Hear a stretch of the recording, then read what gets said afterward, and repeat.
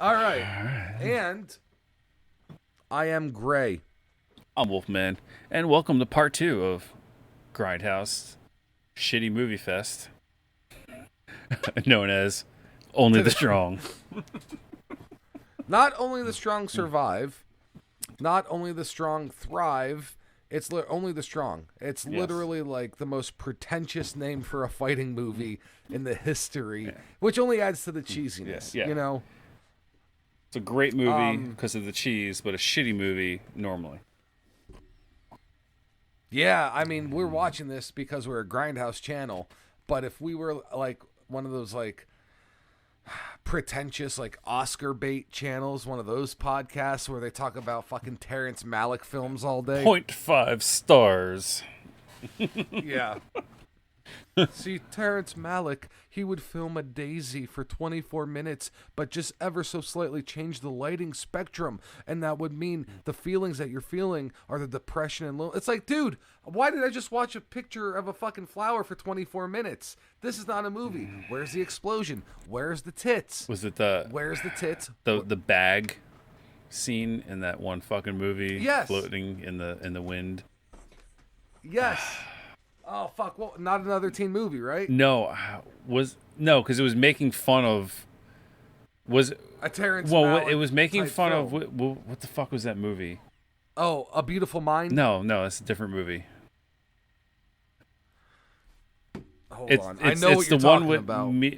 With fucking Kevin Spacey and Mira Savini when she has the petals on the cover covering her. I think that's that movie. Oh, American Beauty. Because that had. Is it that movie? I think, and they filmed like a balloon or something. See, I thought, what was the first movie I said? A Beautiful Mind. I thought maybe it was A Beautiful Mind they were making fun of. Hold on. But there's a movie I think it was something, and they filmed the balloon for like ever or whatever, and then not another teen movie I think filmed the fucking bag or something, or maybe it's the other way around. Yeah, like a plastic. Yeah, bag swirling in, like, in the room. Yeah. I mean, for some reason, maybe it's fucking Donnie Darko. Maybe that happened in because it's Thora Birch was in the scene. I think, but maybe she was in something else. I don't know. So many goddamn movies. I can't keep track of everything, but we know what we're talking about. Someone it is did this American Beauty. It was that, right? Okay. Yeah, with Kevin Spacey. It's the Thomas Newman from the plastic bag. It actually is a plastic bag in the wind. All right. So with, then it's a leaves. balloon or something, and not another teen movie or whatever. I think that they're making fun of that. It's just sitting in the room. Yeah. Mm-hmm. We're not watching any of those movies tonight, by the way. Like, this is just the tangents that you'll hear on our part 2. Like, granted, part 2 is the breakdown and the review, but you never know where two ADD suffering adults will go in their conversations. Goldfish brains. All right. So anyway, real quick before we start, our Facebook. Make sure you go check us out there. Obviously, if you're watching us, you already know about the YouTube channel. And if you're checking us out for the first time, please like our channel. Our people on all our podcast networks that are just hearing audio, we love you and you're awesome. And you're the main reason we're doing this because we started out with you guys and we don't want to forget about you. But you're the ones that we get most of our views from and listens. And listen, it's not a secret that YouTube is a very big platform, and for a lot of people, YouTube is a lot more convenient. You'd be surprised how many people don't listen to Spotify, Apple Podcast. I don't, but I'm a YouTube podcast listener. I like podcasts on YouTube, But we started as a podcast, and we went to the podcast area with Anchor, so you had all that. And we slowly said we were going to go towards YouTube because we know a little more about it. Well, and this and we that. wanted to be like Joe Rogan, where he has his audio-only stuff, and he has a little video where he has guests on, they talk, and you can see the people talking and mannerisms. And right. But our main focus was to stick with YouTube because that's what we knew. Until recently when we saw the numbers from our audio streaming platforms. And like I said, we had this realization. It's like, man, we have not been paying attention to how well it's been doing. So again, to all of our fans who listen through those platforms, thank you. Like, you guys are awesome. And just let us know what platform you listen to us on so we can make sure we stay on it for you guys. Shit, dude, we got not a lot, but we get like a listener or two in China, New Zealand. I saw Taiwan Japan. once in there. Taiwan, yeah. We have about 6 or 7 people that listen from Australia. Yep. We had like 1 or 2 in South America. I mean, probably a couple more, but our big one besides the United States and Canada is England and Ireland. Yeah. You know, obviously the English somewhat speaking countries, but I just thought it was cool that we're even heard in countries that do not speak English and people still tune in. So, well, they speak English. English is more of a first language everywhere these days. You know, it is. We're the dumb ones because we don't know 2 languages. They're the smart ones now. They're multilingual. Yeah, speak for yourself, motherfucker. No, I'm kidding. Yeah, you barely know any other. You know words, just like me. I know words. I know broken Italian. Like, I could put it together, but it takes me too damn long to translate it, so I don't fuck with it. But if you guys are listening from one of those countries, please don't use us as like an English lesson. Like, don't run around like repeating what we're saying, because like we are not.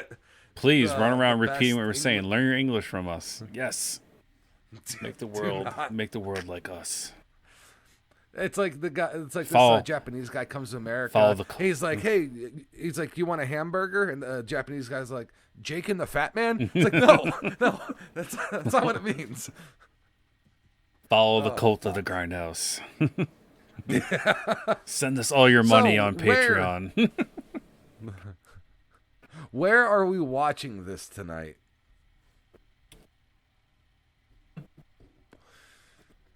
I guess YouTube, technically.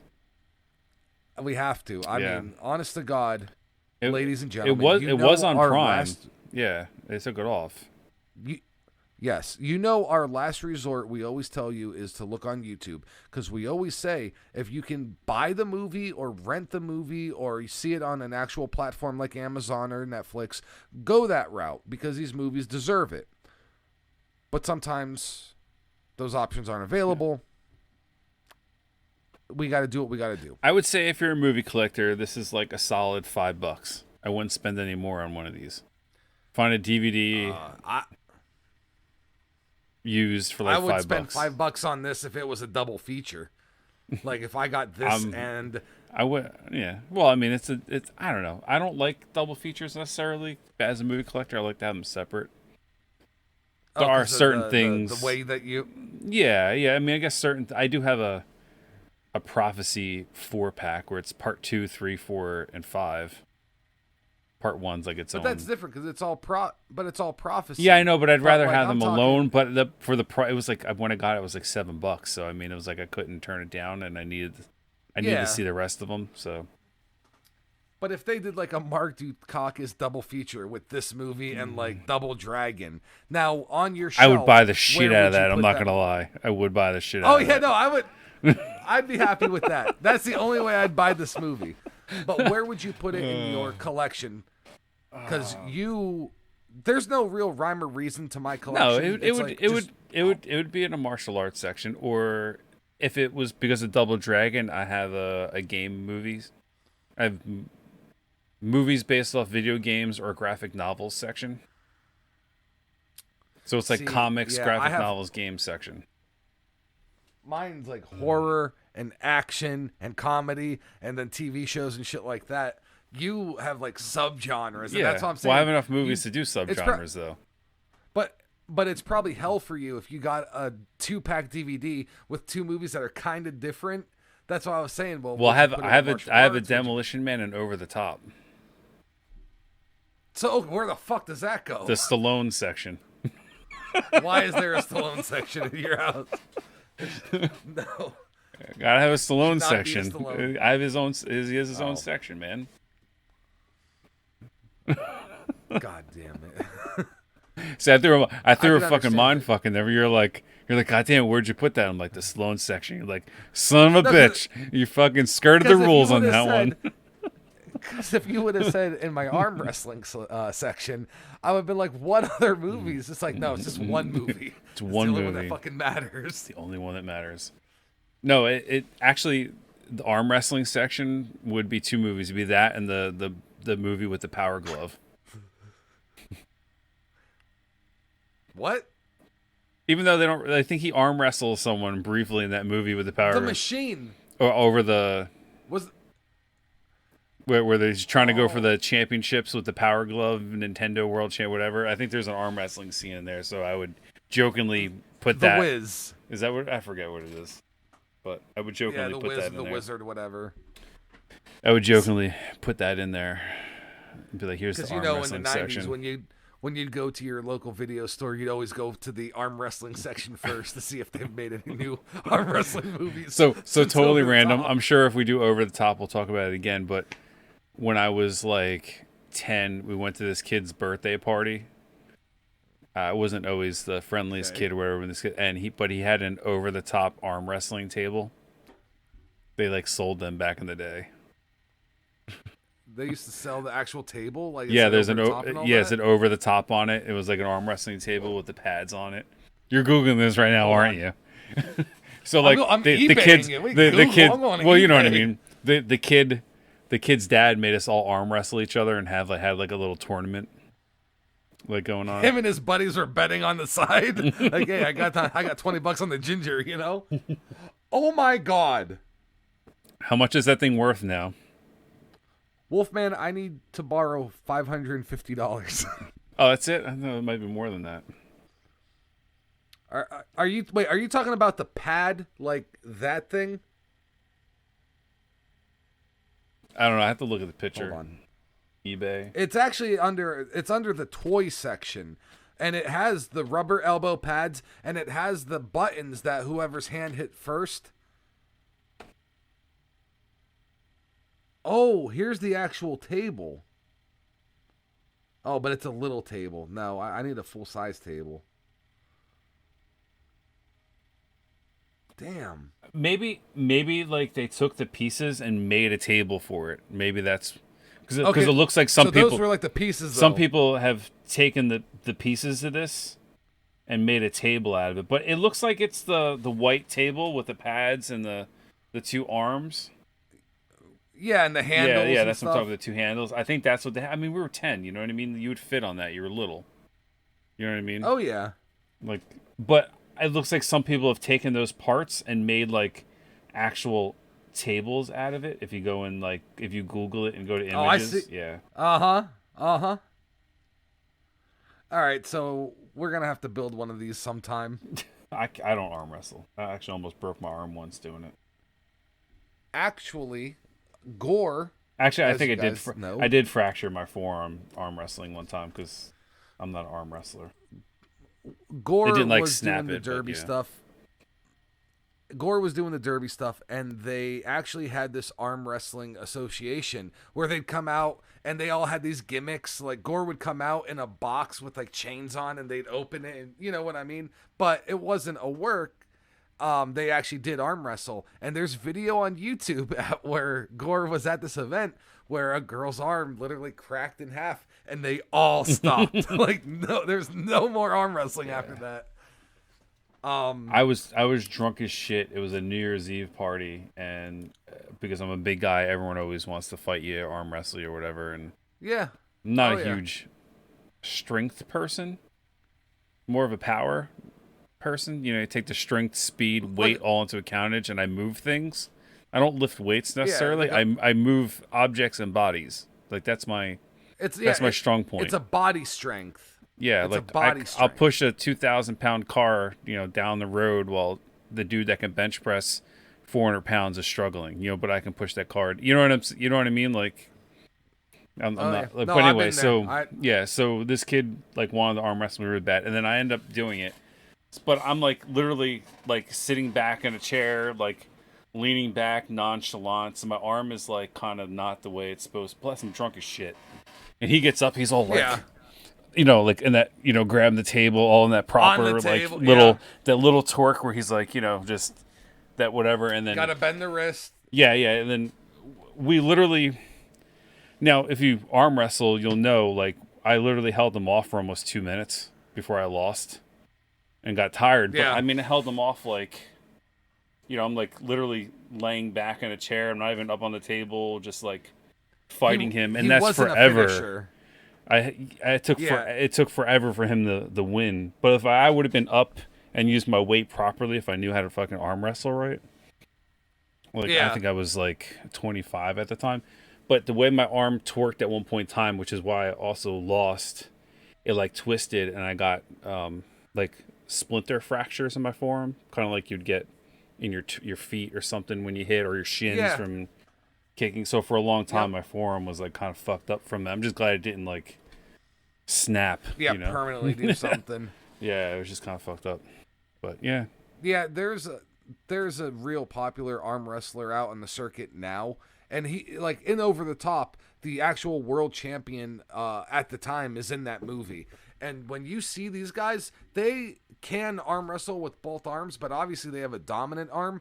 And like when they hold up their one arm, it's like, you know, this, and then they hold up their main one, and it's just like massive fucking forearm and shit.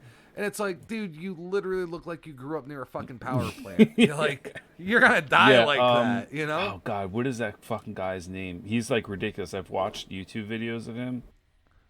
The new guy or the old guy? I don't know if there's a new, like, as far as I know, this guy is like Kevin or Devin Lorette. He's Canadian.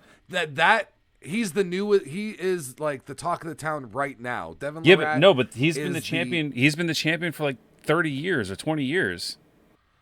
He's not the really? talk. Yeah, he's not just like a new guy. He's been the top dog for a long time.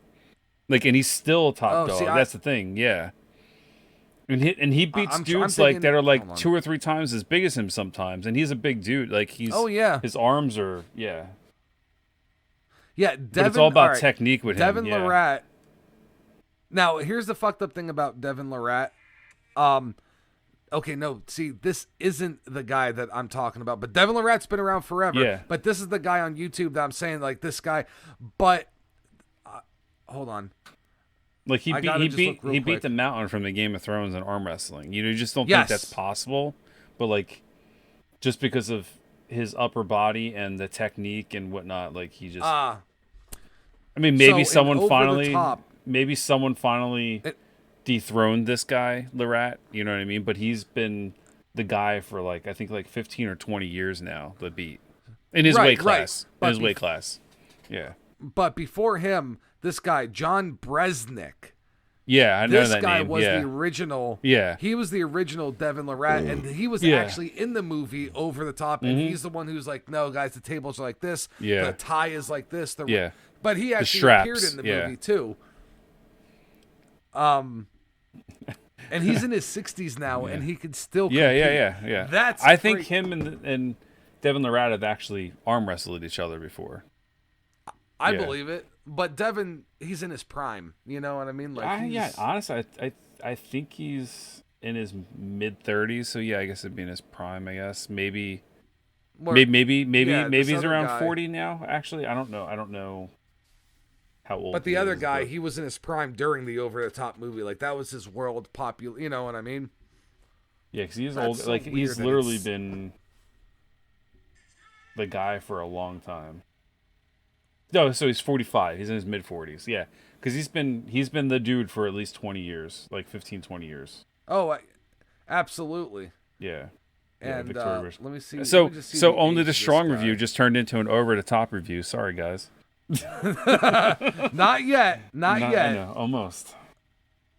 Okay, and then this guy, John Bresnick, right now he's 55. Yeah. So he's 10 years older than they definitely, Devin. Yeah, they've definitely arm wrestled.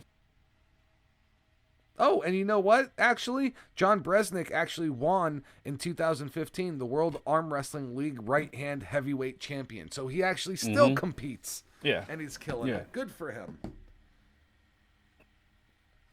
Look, I'm not telling you guys when we're adding Over the Top, but definitely it's going to be. And you know what? Yeah, it was a box office. It did well. It was popular. But Lorette is notable for defeating in 2008 legendary arm wrestler John Bresnick. See, he's also the first arm wrestler to gain world championship titles in both right and left hand at the same time.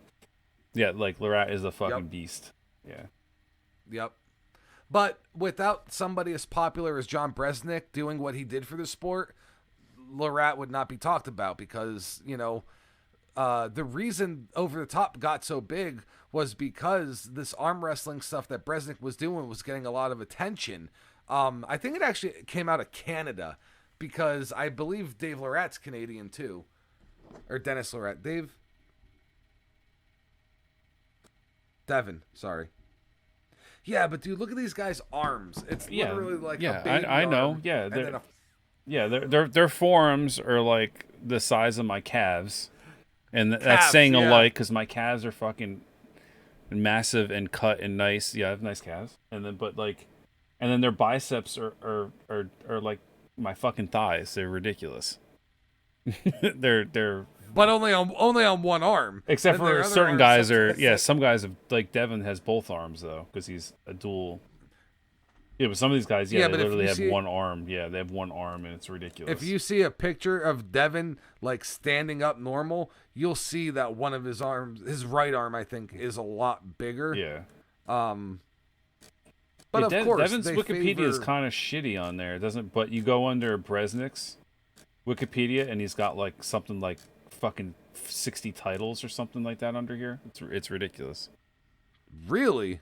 Yeah. Well, he was the face of arm wrestling for a long time before Devin, so... Yeah. Maybe I'm exaggerating. Maybe Devin's been more like 10 years, or a little over 10 years. Maybe it's more like 15, because it said 2008 he beat him, so he had to be someone before that a little bit, so about 15 years. But yeah, Bresnick goes back to the fucking 80s. I think it is early as the 80s, late 80s. Yeah, Over the Top came out in 87, so... Yeah. I'm trying to see where the earliest... I've seen 1990... Yeah. Fucking... You're telling me that's all natural? Could be, if that's all they do. He was 89... Yeah, their legs might be like twigs. 89, 200-pound, 231-pound right arm champion. That's the 80. Oh, here we go. 84, 85, 86, 200, 185, and 220-pound right arm AAA stand-up national title champion, winner. But yeah. Yep. 86, 87, 88, super pro super heavyweight, AWI. And then there's a million other there's a million other. But he was the face of the sport for a long time, basically. Yeah, 2014, 2015, right arm, second and third place, A1 Russian Open, second and third place. I mean, that's pretty recent. Yeah, but that's at the age of 50. That's what I'm saying. That's it's pretty legit, man. Yeah, I'm not telling you guys when we're going to do Over the Top, but it'll be within the next maybe 15 episodes or so. We're definitely going to have to do a deep dive on that one. I want to see. It's kind of like we do Over the Top, and then I want to do No Holds Bar, but I want to learn more about each person in the movie. Wait, No Holds Barred, the fucking wrestling movie? Yeah, the Hulk Hogan and Zeus. What? Dude, that bar really? in the beginning of that movie, it was like the greatest bar ever. I would totally drink at that place. We'll talk about this off the air, sir. Okay? We'll fucking talk about this later. Come on, we would tear that movie apart. That movie's fucking hilarious. It is. But if we're going to break down like wrestlers' movies from the late 80s and early 90s, there's obviously some other ones we got to toss in there. Obviously, Roddy Piper, and we're not doing They Live, if maybe eventually, but fucking Frogtown first. Okay, let's be real. I don't know. I don't like Frogtown. Frogtown's not that good at all. It's a terrible movie. It's not. Hey, guess what? Only the Strong isn't that good. But I didn't even laugh at Frogtown though. I didn't even find it funny. That's the thing. Like, I thought it was like legitimate. Like, this is a terrible movie, but I laugh at this movie. Like, I didn't laugh at I didn't laugh at all. I literally I'm like, I can't believe I just sat here and watched this when I got done with it. I was so disappointed. When I see the zippers on, when I see the zippers on backs of costume and shit, like I crack up. I was so disappointed when I watched Frogtown because I thought it was gonna be like this super cheesy, amazing movie. I was so disappointed when I saw it. I waited so long. I literally searched for that movie for like 15 years before I finally found it without actually have to buy a copy. Like, or like see a good enough version of it. I want to say about 2 years ago. Not even. Maybe a year ago. Yeah. It's on. I think it's on Prime right now. That's what I waited. Wasn't it also on Tubi? Because we were looking through Tubi at one point. Maybe it's possible. Tubi and Prime share a lot of movies. I wonder if they have similar ownership, possibly. Yeah. That's weird. Well, ladies and gentlemen, now that we went off on our 30-minute tangent. I'm looking at that. It's like 27 minutes. We didn't even get into the fucking movie yet. Yeah. It's so funny. Let's get started. We should edit this and just add it to the other one. What part? Well, we already did our ending. I know. We'll just split it and put it in there. No, you know what? It'll all mix together well. It'll all line in perfectly. Like, oh, these guys are still rambling from part one, like a bunch of old fucking geezers who weren't given their medicine. All right, I'm at 20 seconds because it's the 20th Century Fox logo and shit. You know what I mean? All right, hold on. It's not letting me fucking. Fuck you, YouTube. Every time I go to drag it to 20 seconds, it won't let me. Do you have? Right. Yeah. Because I'm using my iPad and I can like double tap and it jumps me ahead 10 seconds. It didn't work that way. So I'm at 22 seconds. On a computer, you can't. What are you at? Yeah, I'm at 22 seconds. Hold on, 21, 22. All right, I'm there. And let's start this fucking stinker. All right, play. So you start off with shots. It could be like the Bayou, but it's Miami, so it's probably just somewhere the Everglades. In the Bay. Could be the Everglades. Huh? I mean, Everglades. Yeah, Everglades. That's what I'm sorry. I said Bayou. Yeah, the Everglades go all through Florida, everywhere. Mm-hmm. Basically, you're just swamp area. You got some birds flying. Starring Mark Dukakis. Big. Only the strong. Sorry. Honestly, nothing really worth. Nothing worth. A couple boobs covered. It's cleavage. She's There's cute. no boobs. There's just cleavage. It's rated PG-13, man. Yeah. It's part of the. It was a different time. Part of the problem with this movie, it's only PG-13. Need to be rated R. Yeah, that. If this had a hard R, this movie would be fucking incredible. But basically, you're in this little village. I think it's actually supposed to be Brazil. Yeah. And some people are washing their clothes in the lake, and you got Dukakis here in his his Guile uniform. He's wearing his little camouflage. He's got his beret on, just staring out with the 1,000-yard stare onto the water. And he starts to hear it. It's the beginning of the weakest Sepultura song ever.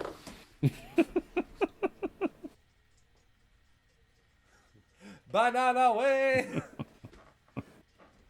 So now in real Brazil, if the soldier walked up to the common people, they would all be screaming and yelling and running. I don't know. I'm just joking around. I'm being insensitive toward Brazil. Maybe I don't know. No, but there's parts like that in Brazil. Trust me. It's yeah. If you see a circle, it's either one of two things: a fight, or it's a breakdance circle. Well, this just so happens to be both motherfucker. And the interesting thing about this is you have to trust your partner to do this, because otherwise it doesn't work. You're gonna end up, because you're doing like a show off breakdance together. If you're not in time in sync of what the other person's doing, and you have to read off them. I mean, obviously this is choreographed, but they do this for real. You're gonna end up kicking someone in the fucking head and knocking someone out and whatnot. Like, you actually have to be good at what you're doing. Have you seen the YouTube videos though of the real guys who do this? Like off the it's cuff, ridiculous. They just That's not no, that's what I mean. No, I'm saying that people really do this in real life. Obviously, this movie's choreographed, but they're going to do stuff just like this in real life, and they have to read off each other in lightning quick fashion so they don't actually hurt each other, because they're just doing this as like as like you said, a dance, a warm up, practice, showing off a little, having a little fun. Yeah. But here's my thing: if you're in a real fight and you start breaking out capoeira, you can't go to your opponent and be like, "Hey, why didn't you do that back handspring? I was doing the fucking," you know what I mean? Like, it doesn't work like that. Oh, no. Now, obviously, everyone who is participating is at least decent enough. You know, I would say Mark was at the same level as them. So I guess what they're implying is in Brazil, there's way more people who are fluent in capoeira. And way more people that are just jacked and ripped and can do handstands on their head like it's nothing in this martial art, apparently. This is like the later in the movie. This is like, hold on, this is like the fucking goddamn it. typical Wolfman. It's like the CrossFit of martial arts. Where like some CrossFit stuff works, but other stuff is complete garbage, and you're gonna end up breaking your fucking arm socket and tearing your body apart in ways that shouldn't be, whatever.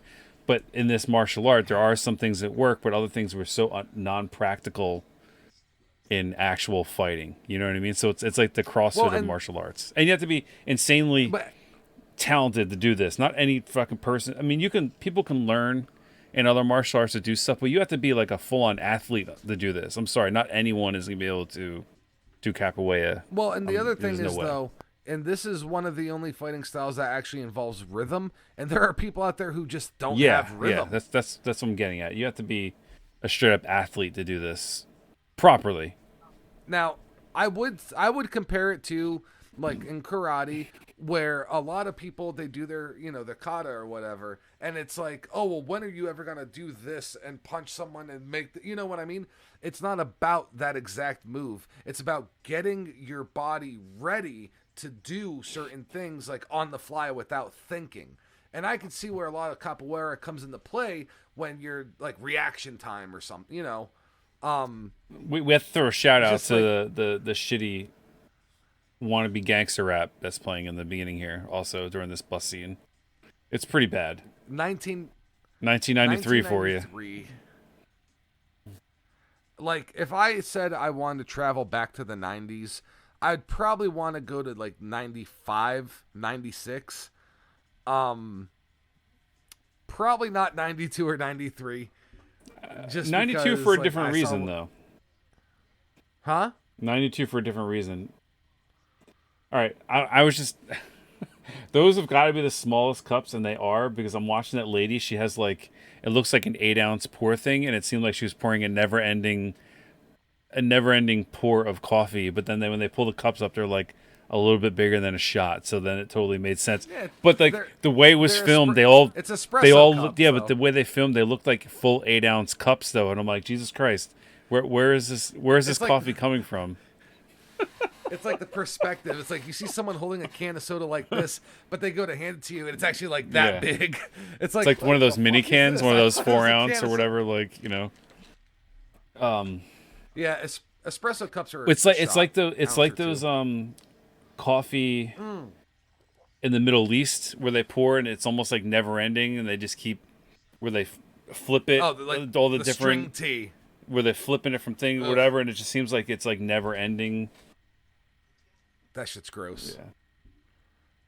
All right, so now Mark Dukakis enters the only high school in America meant for 30-year-olds, and a guy. Well, I think part of the point is like that these kids are so bad they just held everyone back, and some of them probably for were 10 years, 30, because they actually made a rule in because I didn't live near Atlantic City necessarily. I was a good 45 minutes away in Jersey, but they eventually made a rule. Like a year or two after I graduated high school up in a different town, where after the students hit 21, they would kick them out of the high school because they had an issue with kids failing so many years. That they literally had they Delaware had did that. kids that were like 25 still trying to finish their senior year of high school.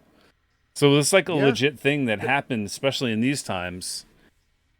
Well, Delaware incorporated that in like 99 or 2000, where it was like if you were 21 years old, and you could be in the middle of your senior year. As soon as you hit 21, you're out. Kicked out. You either go to like a night program to get your GED, or I think they might have had a special school, like I guess you'd have to get kicked to like special school for troubled kids or whatever. I don't know.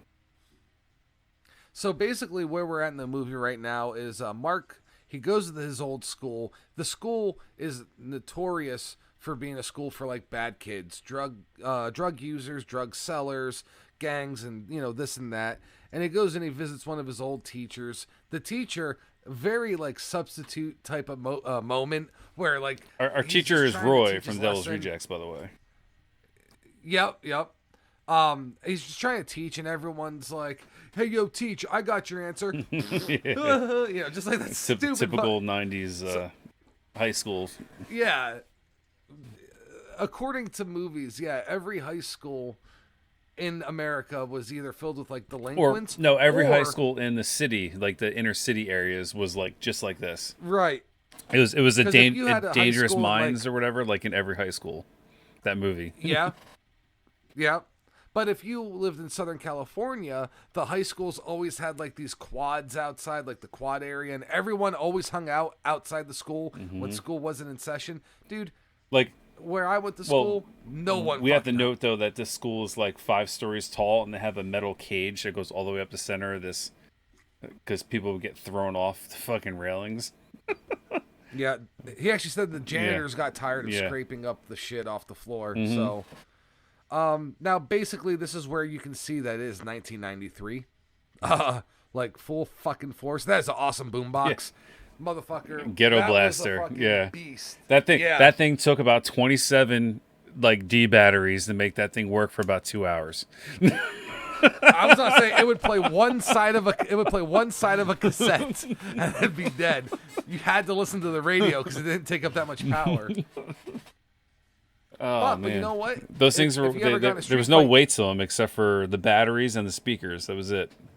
Yeah, but so that made them heavy. Fight, you take your sock off. You put a couple of those D batteries in a sock. Start whizzing it around. Start Steven Seagalling people. Okay. Now, this is where we get introduced to our Muppet. I mean, our bad guy, one of them. And ladies and gentlemen, if you're watching this movie, like I said, it's on YouTube, whatever, and you see this character, as soon as I say the word Muppet, you should know exactly which one pops in your head. I feel like they got inspiration from the Muppet from this character. Because, dude, I mean, you saw the picture. I will have to make a side note that this video has 315,000 views. So how long has it been up? April of last year, a little over a year. Fuck. I'm surprised that hasn't been taken down yet because it's copyright. Yeah. Now, we have a little bit of a circle forming again. This time, not as much capoeira.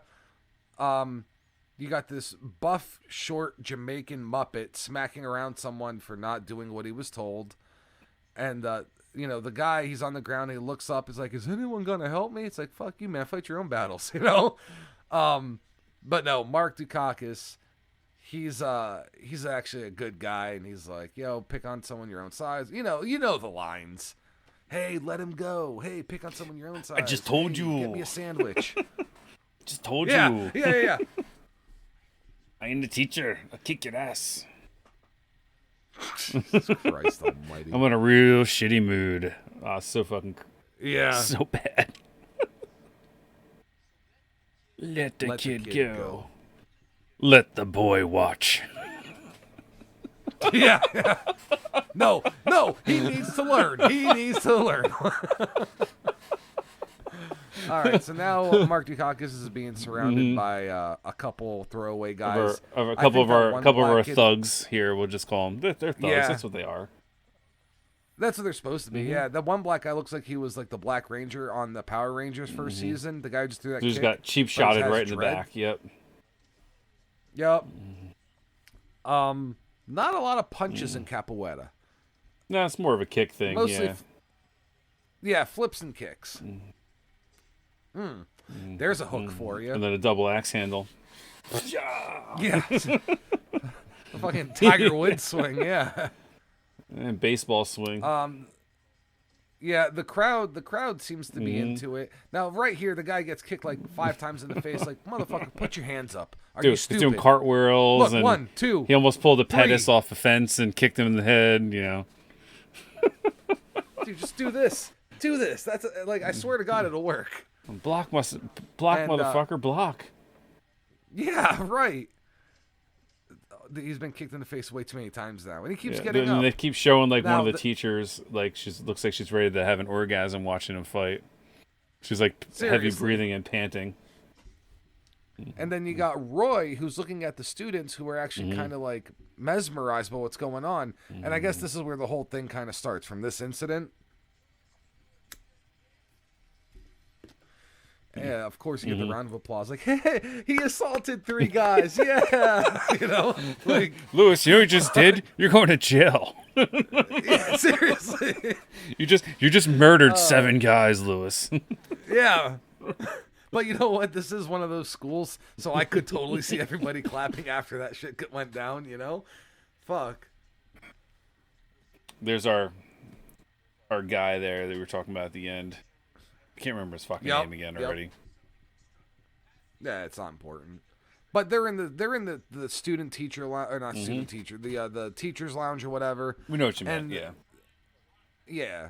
They're trying to convince the other people to get Mark some kind of after school program or some kind of class where he can kind of like teach the kids, basically explaining like, hey, these kids don't pay attention in class, but they all paid attention to what was going on here, you know. And the reasoning behind that, it's like, yeah, but you know what? If 2 people were having sex on the table, a lot of fucking people would be paying attention to that too. Doesn't mean you need a class on it. Arizona, give us bottles. Hey, Arizona, if you're watching. Yeah. You make a fine product. Make this giant bottle in green tea mango and green tea blueberry already, goddammit. I mean I love the regular flavor here of honey ginseng, but I like some other flavors. Yeah, oh, and if you guys are thinking about making like that hard tea, just fucking stop. This lady talks and actually almost hold on, this lady talks sounds like it almost looks like Amy Smart a little bit. She could be like Amy Smart's mother. She could be like Amy Smart's mother because like the age of this movie, like. Yeah, absolutely. That's kind of crazy. I mean, this is our main character. We went over her in the beginning, and it's just in this movie, I forgot what she looked like. You know, you see her newer pictures now. Yeah. So obviously the meeting is adjourned. And Dukakis walks up to her, and he's trying to thank her, and like, oh, you want me to hold your books? And basically, she's blowing him off, but she used to just be blowing him. They used to date. Yeah, you like that? Something along those lines. Segue. But yeah, what I was saying, Arizona, if you are listening, don't make that hard tea. But if you're gonna make an Xbox, I think this is a fabulous design. Rob will buy it. Oh, man, I'd buy the fuck out of that thing. If it played Laserdisc, I'd be even more on it. I don't know why we're so obsessed with old technologies, but we really are. I don't know why. Well, no, old cool technology. Yeah, you know what I mean. You're not going to see me with a ham radio, but fucking Laserdiscs are cool, you know? Well, you don't want Gray's watching? Breaker. This is Gray's watching. I need yeah, well, you know what I mean. It's closer. Well, ham radio. Well, CBs are kind of cool. CBs and ham radios are like kind of the same, but CBs is like the travel version. You know what I mean?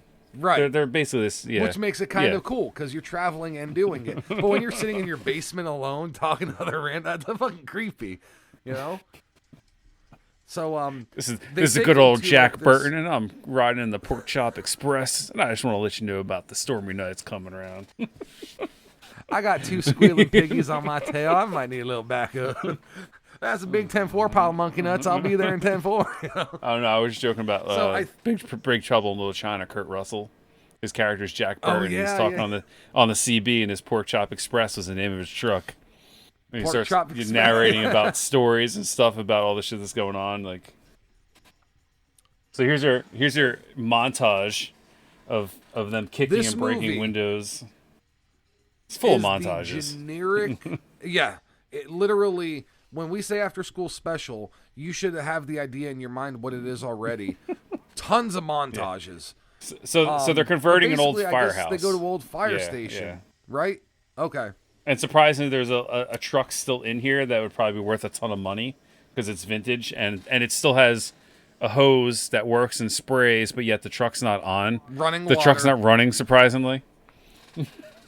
Fun fact.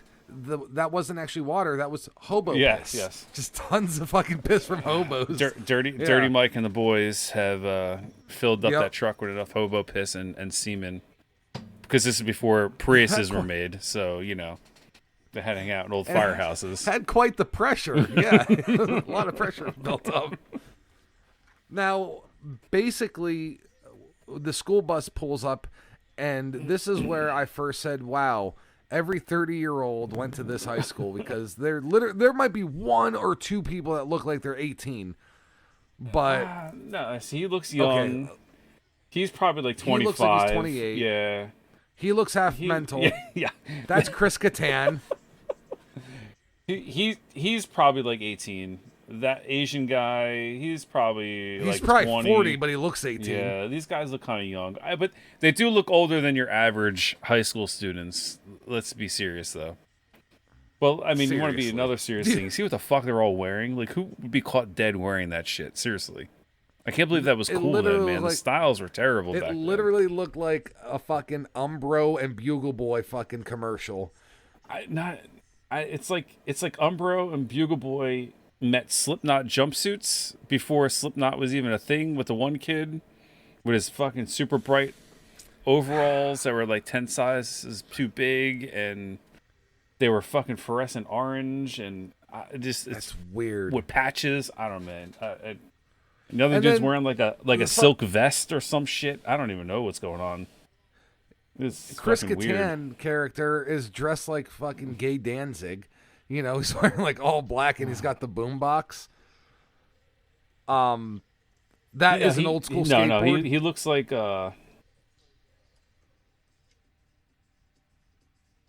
this really bad fucking techno 90s music back in the day. What is love? Basically, that's what it is. And oh my god, that's hilarious. Yeah, all it's funny because all of the fucking students are like, "Oh, this place is a dump." It's like, motherfucker, y'all live in the ghetto. This is the nicest thing y'all have seen in a fucking long time, all right? There's some nice houses in the ghetto. You just don't know what the insides look like. They make sure the outsides look shitty so no one robs them. That's smart. That's the way to go. You gotta make a look at the biggest dump on the outside. On the inside, it looks like a fucking mansion, you know? So, Chris Kattan Danzig with the Flock of Seagulls haircut over here. He's like I was gonna say, he looks like a wannabe. He's like a goth wannabe hacker because like computers were almost becoming a thing, or they were a thing, but like not like internet. Like that's what he looks like. And then now he's like Spanish dancing. Like that dude. Yeah, he's totally Spanish. Mullet. He's got the vest and the mullet. Like he's totally Spanish dancing. Spanzig, if you will. Mm-hmm. He's like, hey, we love Danzig. As much as we make fun of him, we love Danzig. Oh yeah, Danzig's great. Now this guy's walking barefoot where they just washed all the hobo piss from. So hey, more power to him. And he starts doing what is called the Jenga. No, not the awesome board game or whatever you call it. It's like the bass rhythm of the fighting style. It is the bass motion to start off the capoeira, the dance, if you will, where you just go from side to side and get in rhythm, and then you start going off like this guy here. The Spanish guy, he's trying to be like a super hard ass. And look at that. Oh, that is a beautiful ghetto blaster. And it says X bass on it, even though the bass on that thing probably is like 0.5 milliamp.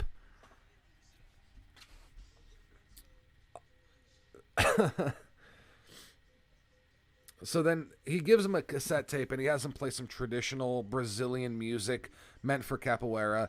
And everyone's like, meh, you know. They're calling it voodoo music right now. Yeah. Yeah, what? They're calling it voodoo music. He's like, turn that voodoo music off. Yeah. So the Spanish guy goes to grab the boombox. Mark Dukakis grabs it. Now this high school student pulls out a blade. Just to let everyone know how bad of a school this is. Not just a regular blade, a pretty fucking beastly blade too. Not just like a. It was. My thing is, why is the stereotype that the Hispanic character always carries the blade?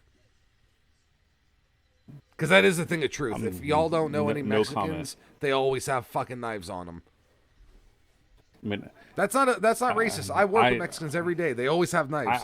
I say no comment because I'm white and I sometimes always have a knife on me. So yeah, but I'm saying I'd say about 70% of the time I have a knife on me. Right, but 1 out of every 20 white guy might carry a knife, on their side or whatever. Every Mexican that I know seems to have a knife on them at some point, Basically, this Spanish guy cannot fight worth a shit. He tries to come after Mark. Mark evades with all these flips and shit, trips him on the floor. And embarrasses the shit out of him. Like and he didn't even hit him. He was just evading and then tripped him as the dude charged in and just used his own... momentum against them, yeah. You embarrassed me. That guy, my name is Hector Montoya. You embarrassed me. Now you must die. That one kid is literally wearing clown shorts. Like they're like striped with like orange, yellow, green, and red. He looks like a pack of zebra gum. It's just, oh my god, the zebra gum. I can't believe you just said that. That's totally 1995, like 94. Yeah. Like right. Yeah. Oh my god, it's hilarious. What was it called? Was it called Fruity Stripe? Fruit Stripes. The gum? Fruit Stripes. Yeah. Yeah, the zebra. Oh, dude, I used to love that shit. It was the worst gum. It lasted about 4 seconds. Yeah, but those were a good 4 seconds. Fucking tasty 4 seconds. That's what she said. Hey, you know what? I noticed this kid, this Danzig kid. He's wearing a poison patch on his chest. Did you see that? Yeah, that's why he's not. He's a wannabe goth hacker kid. I wouldn't call him Danzig. He's just. I just said because he's wearing all black. Yeah, even though he's wearing a poison 99-degree heat. Yeah, but he's got it doesn't match what he's wearing. It's kind of funny.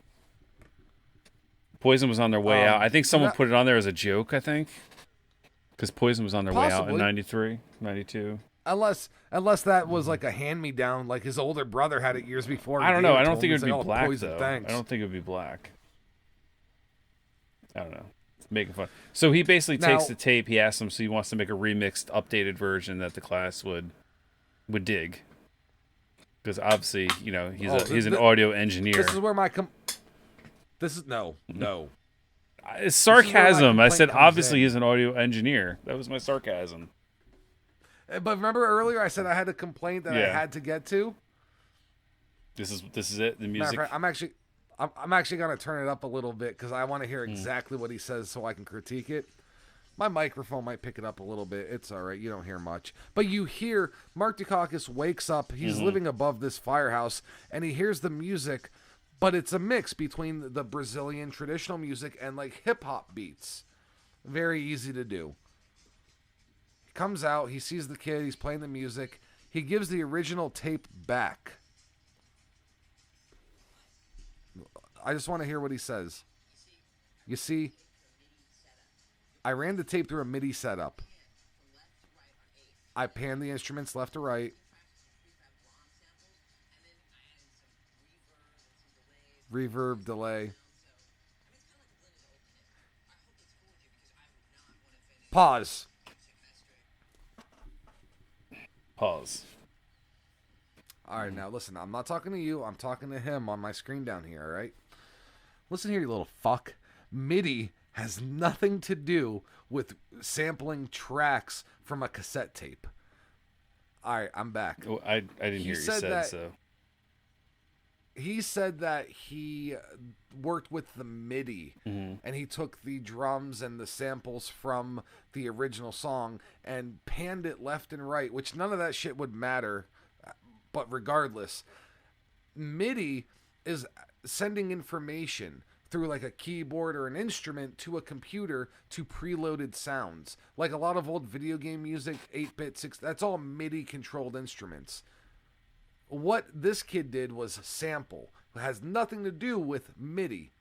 And then he's like, oh, I added delay and reverb. And no, you didn't. I'm listening to it right now. I hear no delay. I hear no reverb, Maybe no it's echo, later. whatever he Maybe said. it's later in the track. It is not. You heard about 15 seconds. I don't know if you can give a full critique of the whole song right now. I'm not critiquing the song. I'm critiquing his methods. They're wrong, and you should feel ashamed for yourself. Maybe Chris they're in there. Kattan. Say maybe they're in there. He doesn't look like Chris Kattan, though. By the way, I disagree with you. He does. No, I said he doesn't. Totally I said he does. doesn't. I said he doesn't look. I know. I said yeah. No, he totally. I said yes. I know. He totally does. It's not Chris Kattan. Actually, when I He's looked got at the it same in hair, screen, but not. He's got the same hair, but not. I give you the hairstyle, but the face does not look like him. He's definitely a skinny little twerpy version of, but Before we hit play, have you ever known anyone who had a rat face? I mean, you sort of have a rat face. What? No. This kid's face is small on his head. And anytime I see that, I always think like rat face. Have you ever known anyone like that who's had that like quality? Yeah, he kind of looked like a rat face.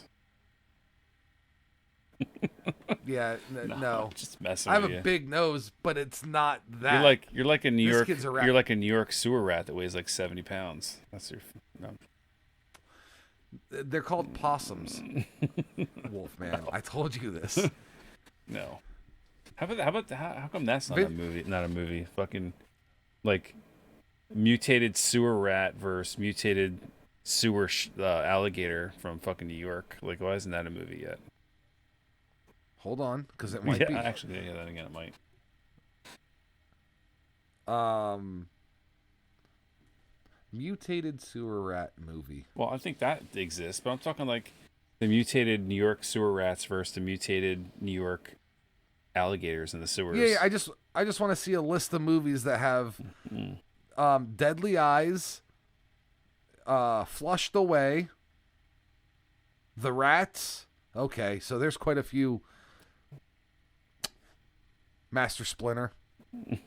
Jesus Christ. All right, enough with that list. Ninja Turtles. Is that what comes up? All right, you ready for play? Yeah, what time are you at? 2739. I'm at 27:41. Okay, I hit play and play.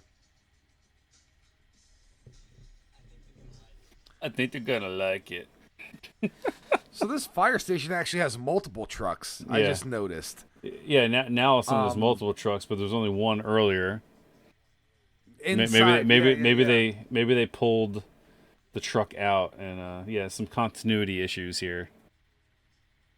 Well, my whole thing is, you got a bunch of bad kids in this movie, and one of them talks about stripping cars. Those trucks would have been stripped years ago, okay? They'd be up on cinder blocks in someone's front yard. So now he takes him outside, and I guess he's trying to get the class to kind of like participate. Mexican dancing said, still "Yay, fuck you" to Donovan. double birds. Yep. Boom, boom. Yeah. So, I mean, basically, this whole scene is him trying to get the kids involved, and they're all laughing and they're all joking. But like the black kid who actually got his ass kicked earlier in the movie, he's showing interest. Like, hey, I thought you were gonna show us how to like kick ass and be tough. And the other students actually like make fun of him for being interested. It's like, dude, you just saw this guy the other day beat the shit out of 3 people. Wouldn't you want to learn how to fight like that?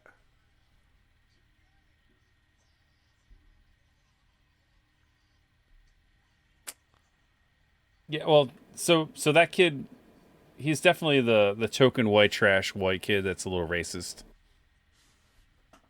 And then he just joked around, messed around, and then slapped the black kid on purpose. The kind of in his little jokingness, and then almost started the little brawl.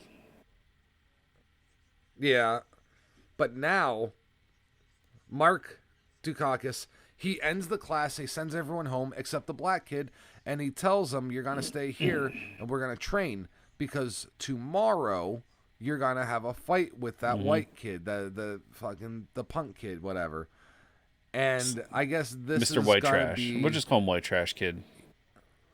yeah. And I guess Roy pulls up to see the progress that they're having, but it's hard to say what would work because this school had literally tried everything to get through these kids and like nothing worked. I mean, I would say realistically something like this might actually work. Yeah, I mean, this was a time where they did try a lot of experimental programs, so it's not uncommon for something like this to maybe be in the inner city somewhere, Yeah. Yep. So yeah, it's nighttime and Mark is training this kid in the firehouse. They got a couple lights going, and everyone's still got their pants on. It's not like that. Yep. Not yet. And it's like this kid has learned your first basic, I would say 25% of capoeira. He's earned a inside crescent kick, outside crescent kick, and then like kind of like a side kick. A push kick. Yeah.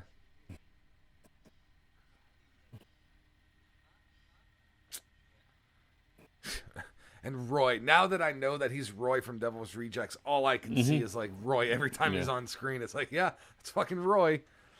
They skip to the next day and they show the white trash kid just getting the shit kicked out of him. Yeah, getting kicked in the face over and over. It's funny, he's wearing like a t-shirt that says 68 on it, which was actually my old football number when I played. Because 69 wasn't available for obvious reasons. You're like, I'm 68 plus 1. Well, I was 68, and then my friend Harrison was 70. And, like, we were just the closest thing that you could get to it. So, that was that. This white trash kid reminds me of another actor, too. He kind of looks like, oh, shit. The guy from Demon Knight? Fucking what's his face? I can't think of his goddamn. I forgot his name already. The dude from Wings. He played the fucking jerk off. Not Billy Zane. No, not Billy Zane. God, I'm so fucking terrible with names. I was actually thinking maybe it was like a young Jerry O'Connell kind of, but not fat Jerry O'Connell because of the face and the hair. Not the white kid. Someone else there might look like Jerry O'Connell.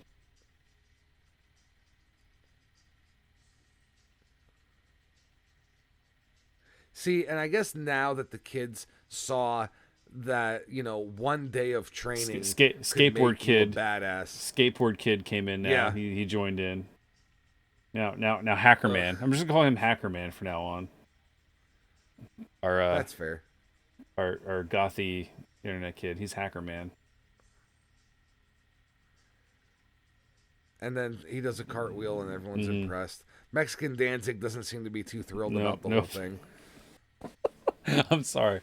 It's still so funny, Mexican dancing. I'm glad I called him that. I'm gonna laugh throughout this whole movie calling him that. Even though he's not very dancing like today. No. He's not very Mexican dancing like today.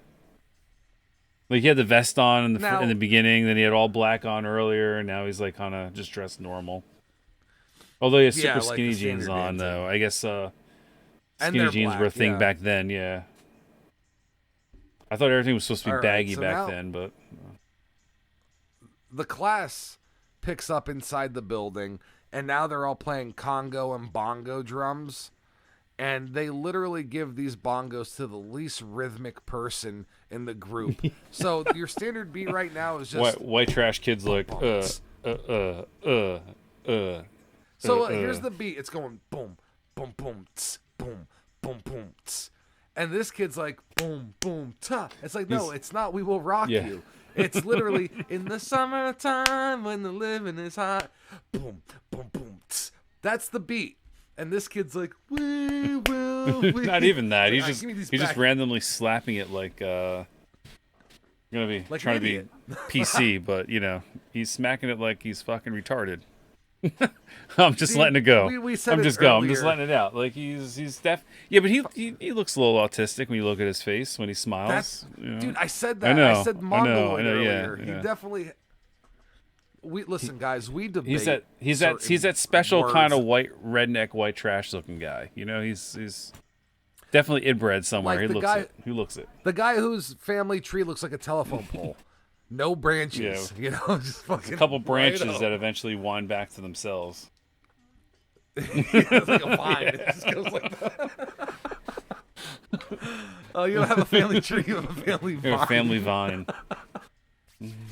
Oh man. But we often debate on certain words that we use and don't use. Because we don't want to offend someone. And that's the thing, like we don't mean to offend anyone who listens or watches our show. But we're not using those words hoping to offend somebody. This is just literally how we talk. You know what I mean? And if you guys are like, well, just two fucking meatheads. I'm a goddamn caveman. I can't help it. I'm from a different time. Yeah, dude, like growing up in school when we went to, like, we called each other fags and homos and queers and shit like that. Oh, easy there, buddy. You know what? I'm just saying, hey, if we're gonna let it go, let me fucking. I feel like Billy Zane. Well, I feel like Billy Zane with all the fire coming out of his crotch, and I'm just like, you just throw a fucking N-bomb in there while you're at it. Jesus Christ, damn. There's some things we don't joke about here. Mexican dancing is okay at basketball, apparently, against his own dancing fans. Mexican dancing actually looks like how real dancing would play basketball. Cowboy boots and black skinny jeans. Like, literally. So they're at this basketball court under, it looks like to be a bridge or an overpass. And Mark Dukakis walks up and he sees this big group playing basketball. You got this guy with the best mullet in the movie. Literally hair like mine here, and then in the back, basically just like a poodle's Mexican tail. Mexican dancing is kind of like Lou Diamond Phillips' little brother. Kind of. It's like his head's just squished. He's like the midget version of Lou Diamond Phillips. That's fair. But he's still Mexican. Yeah. No, definitely. And while Mexican Danzig and Mark Dukakis are talking, Mexican Billy Ray Cyrus is holding the basketball, like molesting it, like really getting into it, you know? And it's like, okay, this is gonna be the guy who's gonna fight. Quite a few white boys on the court. Good to see diversity. Proud of them.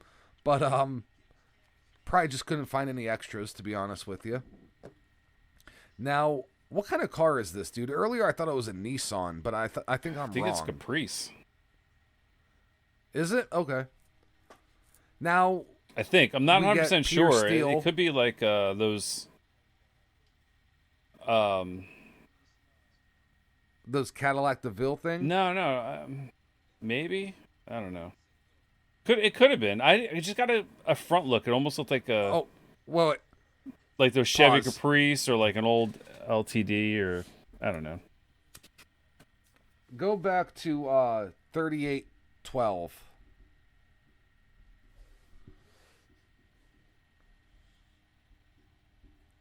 So, while they're talking...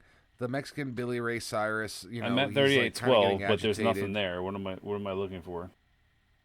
No, I'm just saying pause at that moment so we can play, because I want to say when we play it, okay. You know, when I want to be on time when it happens.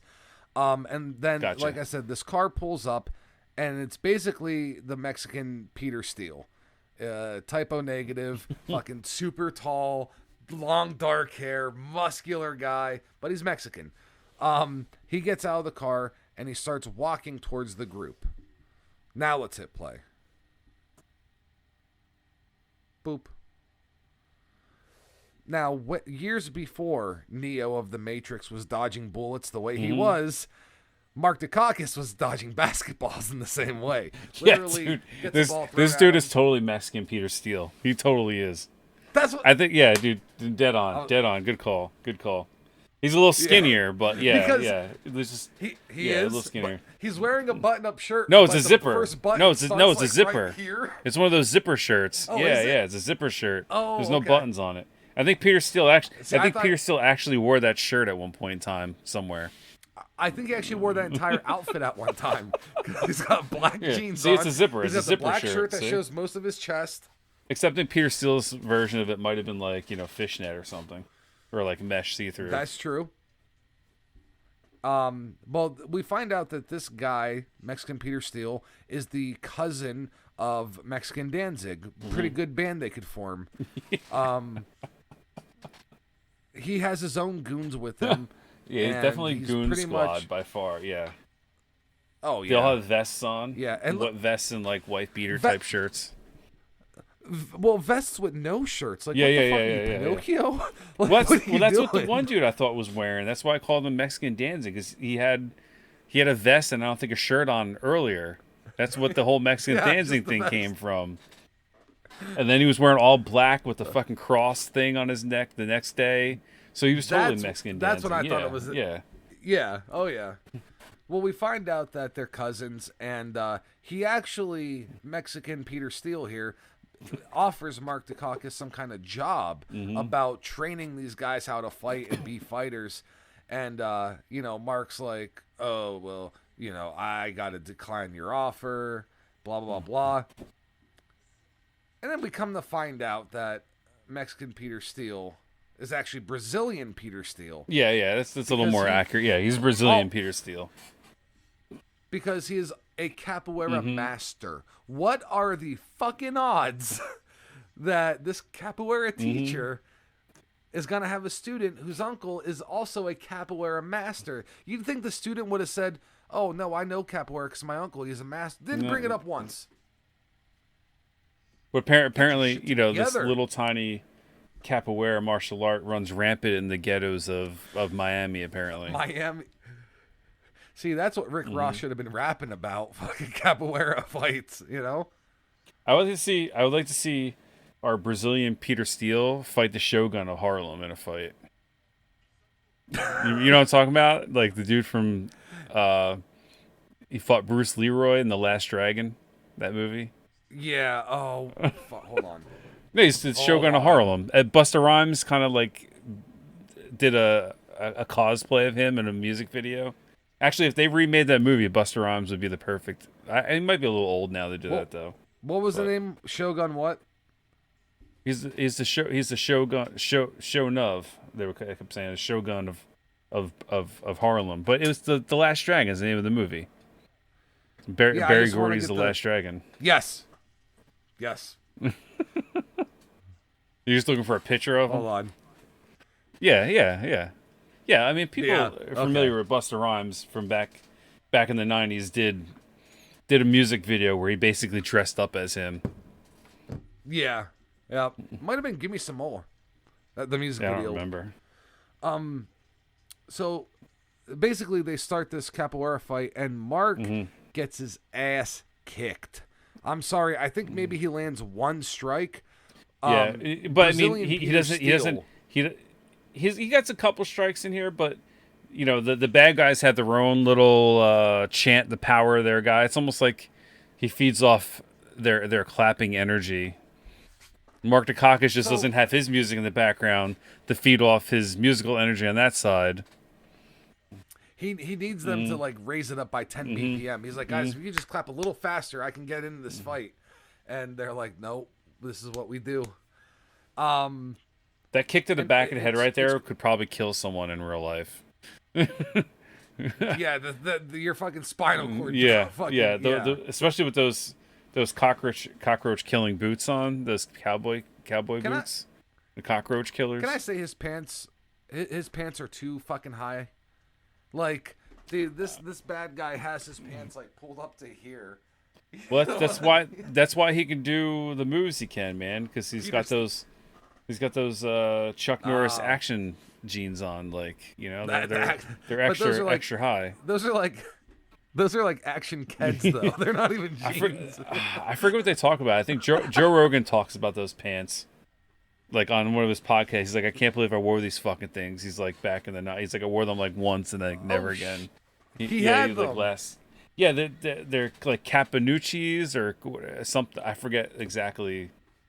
But these like they're these shitty, like high waisted, like, you know, black dress pants with zippers or something, like. Yeah, almost like khaki, like a dress pant and a khaki mix, kind of. Yeah, see, totally Mexican. Total mistake of big mistake by Brazilian Peter Steele is letting him live, because in real life he just has to murder him and there's no comeback by the good guy at the end of the movie. Yep. And he could take his streets back over. Total mess up here. So they jump to Mark Dukakis in his little firehouse apartment with the female teacher from earlier. He's nursing and he's his holding wounds. like the frozen peas on his head, and she's trying to clean them up. I just think it's convenient that every time someone gets their ass beat, they always have frozen peas at home, like to like nurse their wounds. I have no frozen peas.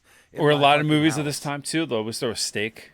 Like a steak on out of the package, just like a raw steak on their face. I feel like you get like fucking infection that way, personally. But raw steak juices start getting into your eyeballs. You know, I don't know. No, I think raw chicken would be a lot more dangerous. Yeah, no, I agree with you. Yeah. I totally agree with you. But basically, right now they're just having a conversation, and he tries to egg her on, like, "Oh, I bet you can't even do a cartwheel anymore, or a handstand, or something." Yeah, she used to be a cheerleader or something. Yeah.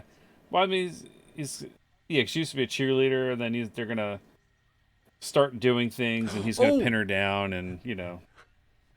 Yeah. Well, actually, pause because we can't fast forward this. But at one point, she's like, "How's your hand feeling?"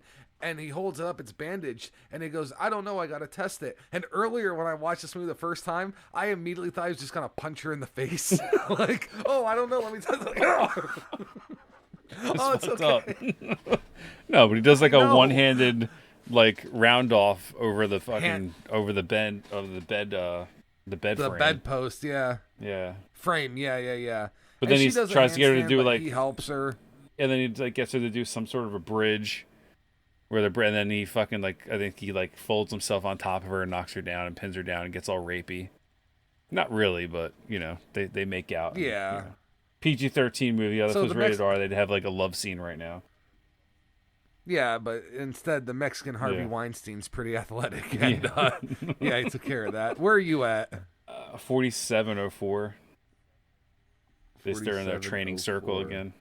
They're all wearing white, so now they're all wearing white. A couple of them are white and black, I think, because they haven't fully crossed over to the good guy line yet. That makes sense. Well, except the guy with the Hawaiian shirt. Well, I didn't hit play yet. Oh, you hit play? Okay.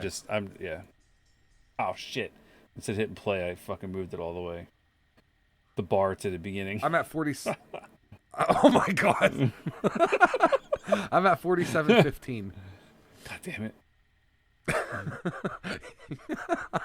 He said, "Oh my God, I can't believe I just did that." I literally clicked on it and it took it back to fucking 3 minutes and 47 seconds. I'm like, fuck, man. I'm still behind you. Yeah. Then you start reviewing the movie. You're like, "Yeah, so Mark, he actually wears camo." It's like, dude, we talked about that like a half hour ago. 47:15. I'm at 47:45 now. Okay. Hold on. And I just paused at 47:52. Yes, we're having technical difficulties syncing up here. Nope, that's good. I'm there. All right, play. Play.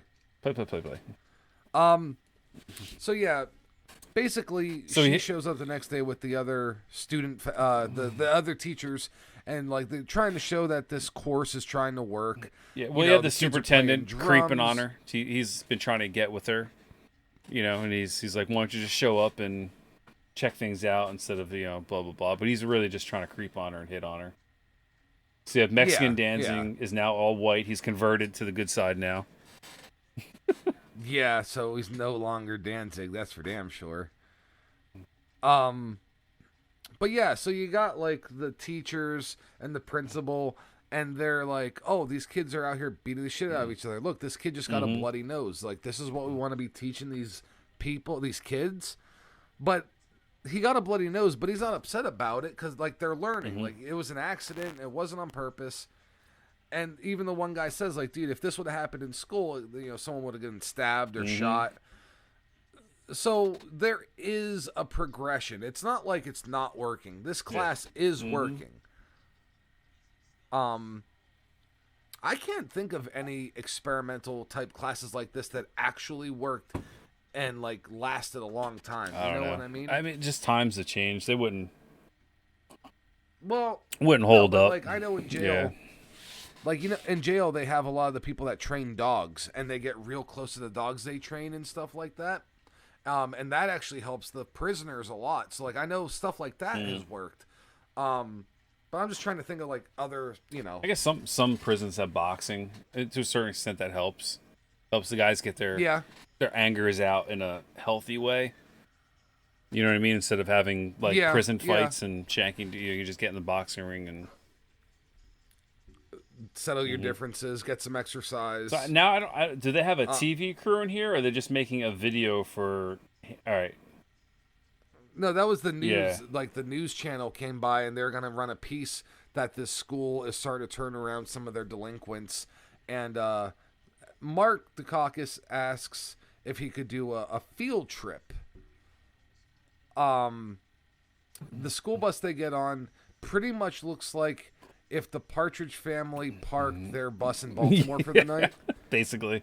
This is the same school bus that they pulled in earlier. We just ignored the paint because we're so busy making fun of their wardrobes at the time and giving them names. So there was so much going on to make fun of. So I'm assuming they're going to the Florida Keys because they're going over that it looks like 7 Mile Bridge or whatever West it is. Bridge yeah. I don't know what it's called, but I know it's like 7 miles long. I just call it 7 Mile Bridge. Have you ever been down there like that far? Yeah. You have? Once I've when never been to the when Keys. I was little, yeah. My grandparents lived in Florida, so we spent a lot of my childhood taking family vacations down there and going to different places.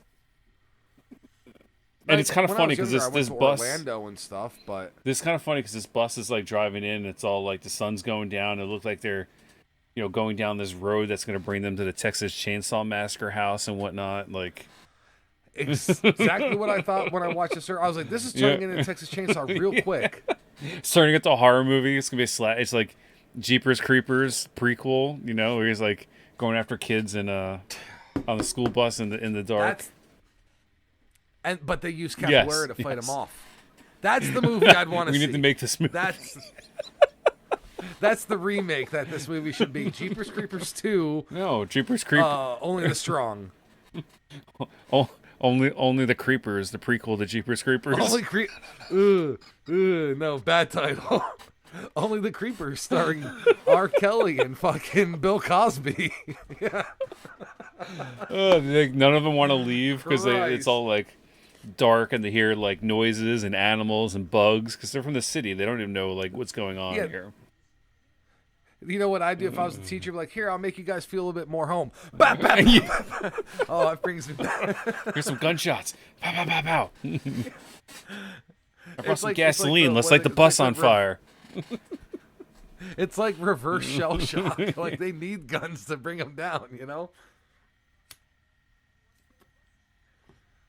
So all these little pansies sleep on the bus while Mark goes and camps it out. Except for Hacker Man.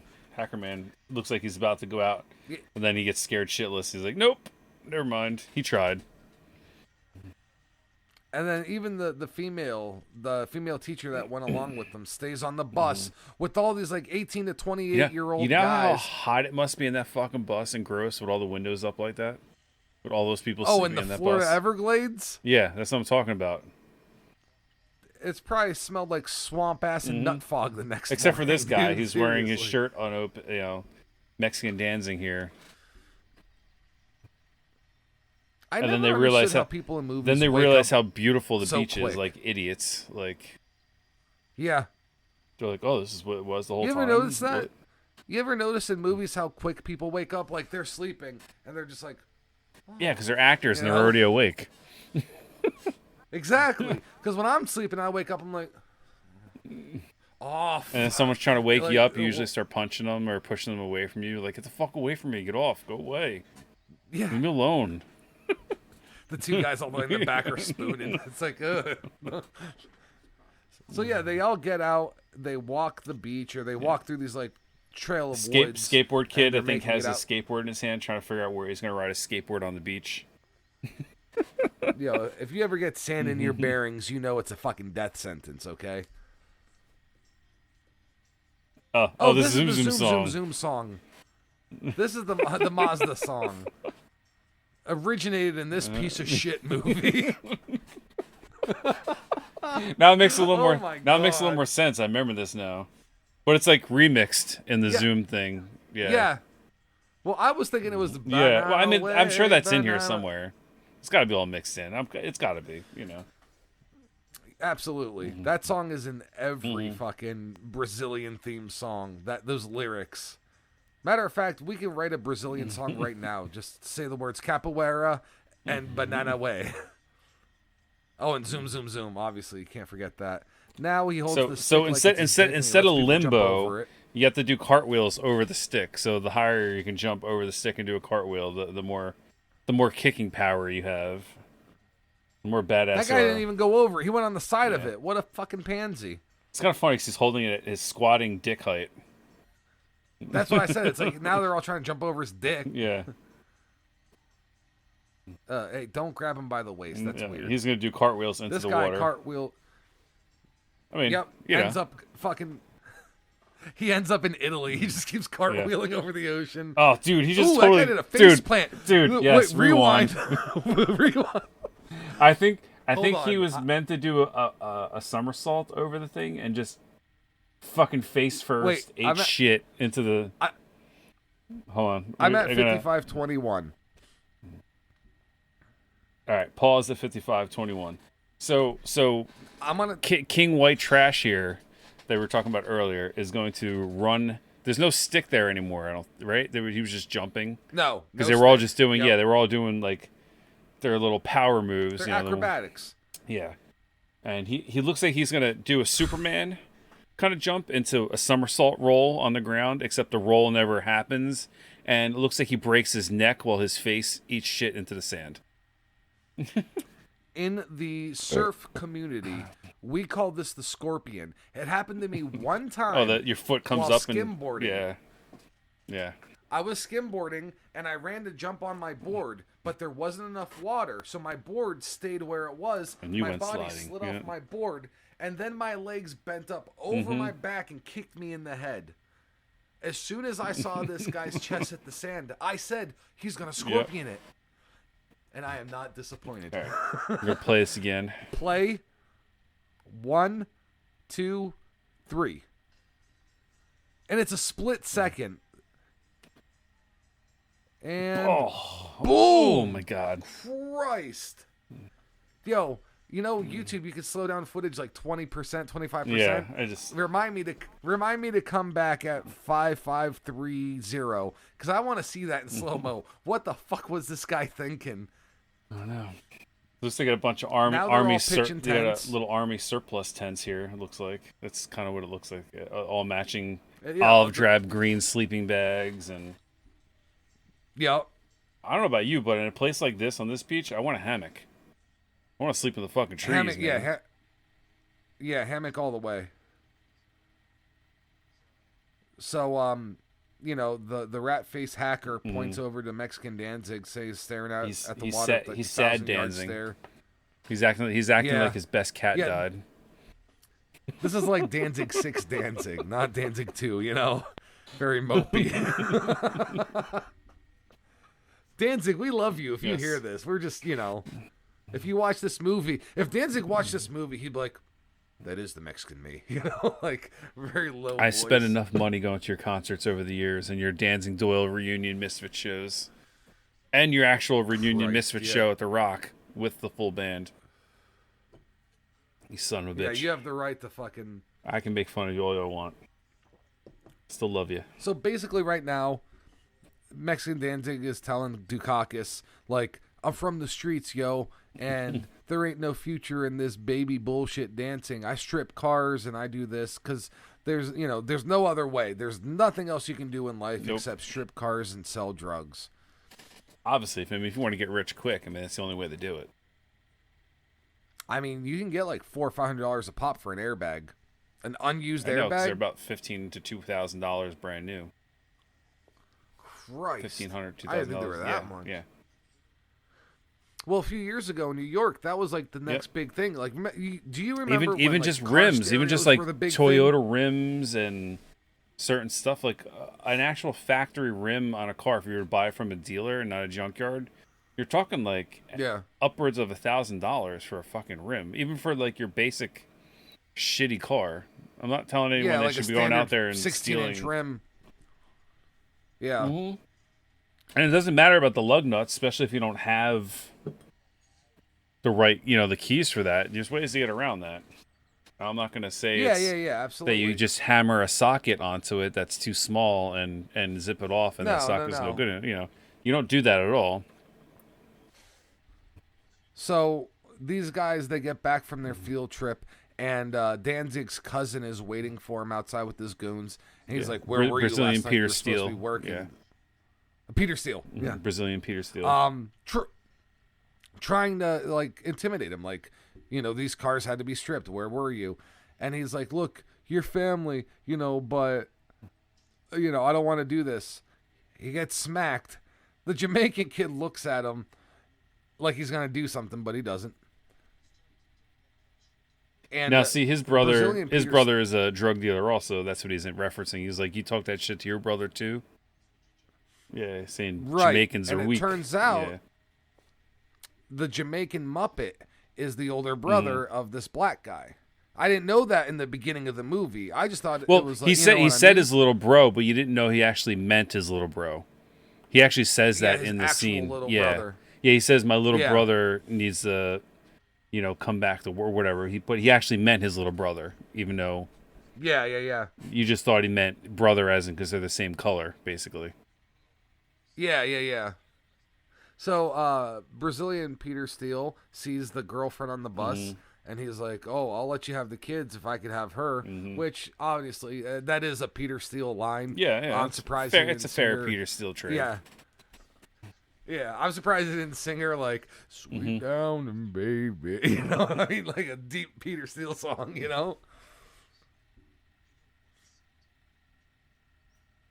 I love Peter Steele, man. I miss him. Be a nice guy here. Huh? Oh, is Jackson there? No, I'm saying that guy. He's like, I'm trying to be a nice guy here. He's like, he's turning into a mobster now, and he's got his Italian coming out. He's like, I'm trying to be a nice guy here. And then later he says cockroach, but he doesn't say cockroach. He says cockroach, which is very Tony Montana, So it's like, what are you, Italian? Are you Cuban? Are you Brazilian? What are you? Like, if this was like a parody movie, this is where the guy get hits by a bus, where he's like backing up the street. He's like, come on, man, come get some. And then like a clown car comes by and just hits him, Can I just say how Capoeira, though, is like the least intimidating fighting style? Because this guy literally just said, he's like, come fight me. You want to go? Come on, let's go. It's like, what the fuck are you doing? That's what they were doing. They were like bouncing around. No, you're standing I know, up. But I'm saying, like, if some. Oh yeah. Oh, I thought you meant like literally, what was I doing? You meant like, I got you. Because you're ready. Here, you ready? We're gonna fight each other. Come on. I feel like I'm doing the Harlem Shake. Please don't make this a GIF, people. Okay, just don't make a GIF of me and Wolfman. Don't give them ideas. Oh shit, we better delete it. So basically, cops pull up and the fight doesn't even happen. I actually thought that cop was holding an Uzi, but I think it's his nightstick at first. It just looked like he had this little mini Uzi, like Chuck Norris, tucked in his pocket, but it was his nightstick handle. Oh, like okay. The way, like if you rewind, it's just funny because like the way it was. All right, so I'm at 101.26. If you play from there and you look kind of behind the main characters at the cop, I'm pretty sure it's right after this. Yeah. It almost looks like he's holding, like Chuck Norris's mini Uzi, but it's his nightstick. Just like the camera angle, right? You see? Yeah.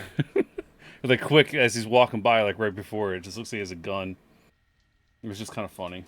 That's weird because like mini Uzis are tiny guns. Like that's so Instead weird. Of bad I didn't glare. notice that earlier. All right, so I'm at 101.47. And then we got they're doing their evil bad man capoeira with knives and swords. In a second, machetes. I didn't machetes. I didn't hit play yet. Are you at? All right, hit play. I'm at 55. All right, I'll let you know when I get there. All right. 55. Okay. So now you got Jamaica and Brazil joining forces now to have a group discussion about drug dealing and capoeira and drinking beers. It sounds like they're about to have a World Cup qualifying match. Jamaica and Brazil get together. Like honestly. Yeah, every time I see this older Jamaican guy with the dreads, I just cannot stop from seeing them. Oh, here comes the voodoo. Sorry. Now, now they have a little bit of pyro. And Ace Ventura pops out with the spears on his legs going, ah! Ah! Ah! Ah! Okay. Here comes we're going to destroy the school montage. Again, like montage number 6 of the movie. Basically, the gang members from both gangs go to the school and they start smashing up all the windows. There was a little anger in that one guy just popping that tire there. I don't know if you saw that. Like he leaned in. He like leaned in. He was like gave it a little double stab. Like where the other scenes are just like, psst, psst, psst. But this guy was all like, yeah, fuck you. Like he was actually like, stabbing someone. Well, they probably got some of these extras from the streets, and when they tell him to stab a tire, he's like, "Oh yeah, like stabbing a person." Like, no, please don't. He's like, yeah. He goes up to the tire. He's like, Eduardo says hi. It's like, whoa, calm down, buddy. Eduardo wanted his money last week. Yeah.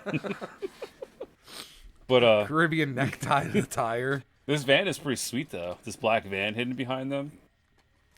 It's almost an 18 van. It's pretty badass.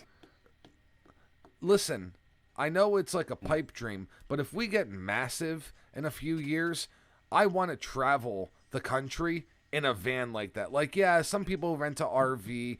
Dude, a GrindHaus van would be the shit. I don't know. Maybe we should get like the Stripes RV. So Bill Murray and Harold Ramis. Stripes RV. There was an RV. Except that one had all guns and rockets and yeah. It's iconic. So the teacher comes in while they're destroying the room, and basically he's like, "Oh, he's seen our faces." He must their die. intention is to just burn him alive. They pour some gasoline on the desks and they set a book on fire. They throw it on the pile. And they pretty much leave poor Actually, old I want to see something about that real quick.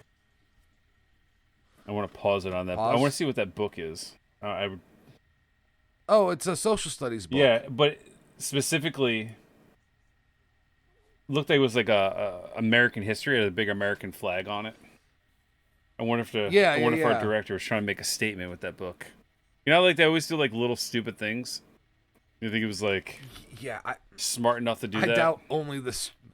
Yeah, I don't never think know, only man. You the might Strong is one of those some movies. Might put some hidden things there. I think there's a Game Boy on that table. Yep, there is. There's an old school Game Boy on that table Where are you at? next to it. Where? Like 105 even probably ish. All right, hold on. I'm at 54, 57. Yeah, that's an old Game Boy. All right, Yep. I'm there. Yeah, they're outside doing schoolwork. They see smoke coming from the school. And you know what's funny? Because everyone's freaking out. It's like, oh, wow, someone's demolishing the school. Dude, these students were demolishing the school for the last 10 years. Yeah. What the fuck are they acting so surprised about? Yeah, Seriously. they didn't give two shits earlier in the movie, and now all of a sudden, how dare they? Yeah. Roy is waking up. Is this guy's name Mr. Garrison? Did this Garrison? like slip over our heads this whole time? Or is it I thought it was Kerrigan? like Krugen or something. Kerrigan. Yeah, Kerrigan. Kerrigan. It sounded like it said Mr. Garrison. Mr. Garrison. I'm like, wait a minute. Did this Yeah. like joke the whole time we could have been had running on this whole time and we missed? And just there's so much other stuff going on in this movie that we missed this whole line of jokes we could have been going on right now. Seriously. So this kid actually runs back in the classroom to pick up this little fishing pole instrument that they were playing earlier. And it ends up being a terrible decision. That's Hacker Man's, as the- right? Hacker Man's the one that ran That's the back in. Hacker Yeah, Man. Hacker Man's Yeah. the one that ran back in. But the roof starts collapsing. And you can't get to him. The roof's collapsing. The flames are getting too big. Mark Dukakis is showing up in the school bus. I think that's his daily driver now. Yeah. I mean, it wouldn't surprise me, Yeah. He's gonna And he's ninja running up past towards the everyone school. and run into the building. Yeah, a burning building. He's like, where are you going? I'm Mark Dukakis. Oh, no, go ahead. Yes. Right ahead. He makes it, and he sees that the hacker kid is in the hallway on the ground, and he's not responding. When you see the firemen do this, when they go, it's fucking lights out. It's pretty non-burned for someone that got like toppled by a bunch of flaming ceiling pieces and whatnot. Seriously. It is PG-13. I guess if it was rated R, they'd made his body all flamed up and maybe had him run around a little bit, like on fire, and like looking like beef jerky afterwards. Yeah. Maybe we should give this to George Lucas to fucking touch up a little bit. Put a fucking tauntaun in there somewhere. Why? So there's like fucking Jar Jar Binkses doing capoeira, Well, look, the character's already there. They just gotta replace that Muppet motherfucker.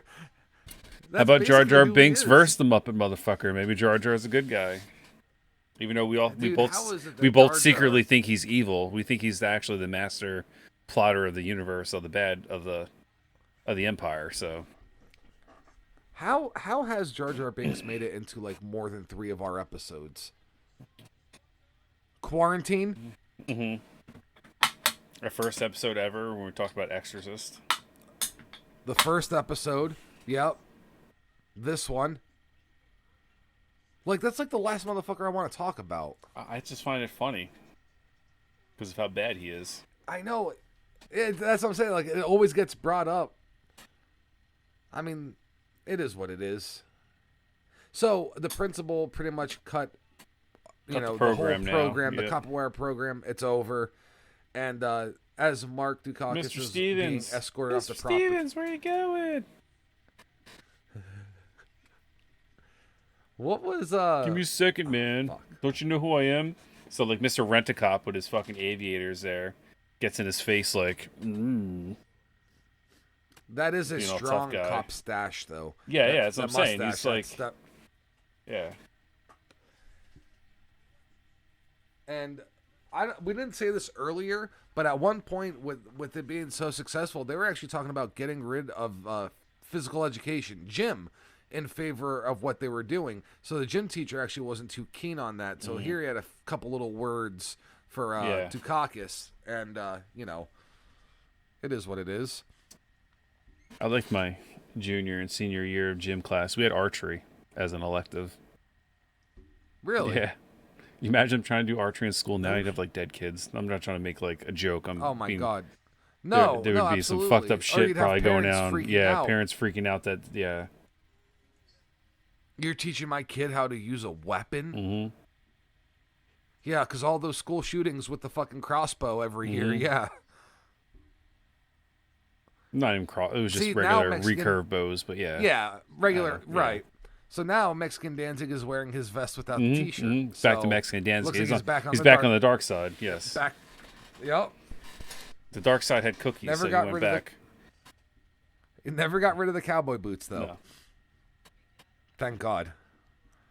And basically, we're having this little talk where Mexican Danzig shows up to the firehouse, and he's telling Dukakis he needs to get out of town looking because like they're a giant like dinosaur tooth necklace on his bare chest of his, with his no shirt and vest going on. Yeah, it's pretty fucking 90s. Yeah. 90s classic. Oh my God, yeah. He's doing his best like Lou Diamond Phillips like impression right now. Seriously, like I think they were just like, yeah, you got a resemblance. We need to dress you like him. Yeah. He actually kind of looks like Nighthawk from Mortal Kombat 3, you know? A little bit, yeah, I know. He has a resemblance to him. I'll give you that. Yeah. No, but that guy also So, resembles Lou Diamond Phillips though too, from Young Guns. Lou Diamond Phillips, yeah. Yeah, from Young Guns specifically. So, Dukakis is actually putting on his army fatigues, put his camo back on, and, his whole thing is like, oh, well, they killed, little hacker boy. Hacker man. What, does that mean nothing? And, little Danzig here, Mexican Danzig's pretty much telling him he's a dead man, and we can't take on the whole city or the whole street, whatever. Yeah, you're going to take out the whole neighborhood. Says. Yeah, all the different gangs, the Jamaicans, the Brazilians, all the Capoeira kings, basically. Now they jump to a chop shop, and you see there's like a nice little Porsche. I would say there. that door almost looks very similar to the door in my truck, but it's a car door actually. Oh, really? Yeah. Now see, there's like your old boxy looking like Ford or your what's it called? Like that thing is a BMW. That's a Beamer. maybe. Yeah, that's like it's an old 5 Series. Yeah. Well, it's not old. It was probably new then because it's 93. Yeah, probably a couple years old, maybe like a 90, 91. But now Dukakis is wearing his army fatigues. He gets in this chop shop, which he's outnumbered. There's like 5-6 guys in here, and but they're not capoeira masters. No, so this guy thinks he's fucking Leatherface though. Even though it's a concrete cutting machine, or a quick cut. Yeah, he has a metal, chop saw. Yeah. Well, yeah, it's similar to a chop saw. Yeah. If it was like the Texas Chop Saw Massacre, it's not. It's a quick cut. It's not really a chop saw, but yeah. Yeah, but we would rent those, and we had it under chop saw because the different blades you could either cut rebar. Yeah. No, we called them a quick cut, but the chop saw to me would be like an actual like a table saw. Like a table saw. No, but that would come down on the what I mean, and you'd have like a jig and stuff. That is a proper chop saw. Yeah, that is an act. Yeah, but we labeled those as chop saws because they were the same. Big blade handle up here. There's not a decent fighter in this fucking group. No. Now look at all that money that's stuffed in that car. I know. I was just final thinking boss that. time. Yeah, final boss. It's like Guy Resident Evil style final boss. Yeah, welding mask, suit. And he's massive. It looks like Kane Hodder behind that fucking mask, dude. Cuts an engine hoist, drops it on the car. Yeah. Ugh. I think it would take a little bit longer for that flame to cut through chain like that, but not really. He didn't do it right, but he would. All right, so the oxyacetylene torch is what they're using right there, and it mixes. It's mainly burning off acetylene, but then you add oxygen in it gets a little hotter. But there's a little lever on there you press to give it more oxygen flow, and it gets super hot, and it'll actually cut through shit really quick.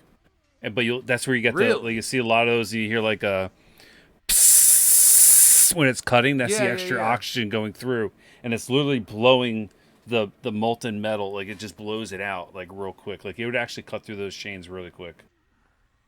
No shit. But he wasn't. Because usually I see like a.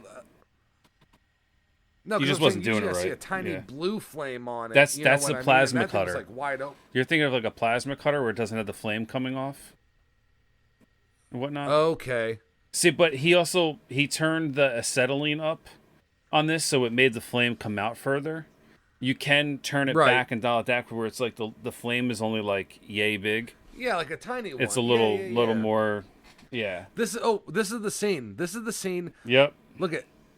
It's like a water bomb or a gas bomb, like a water bomb.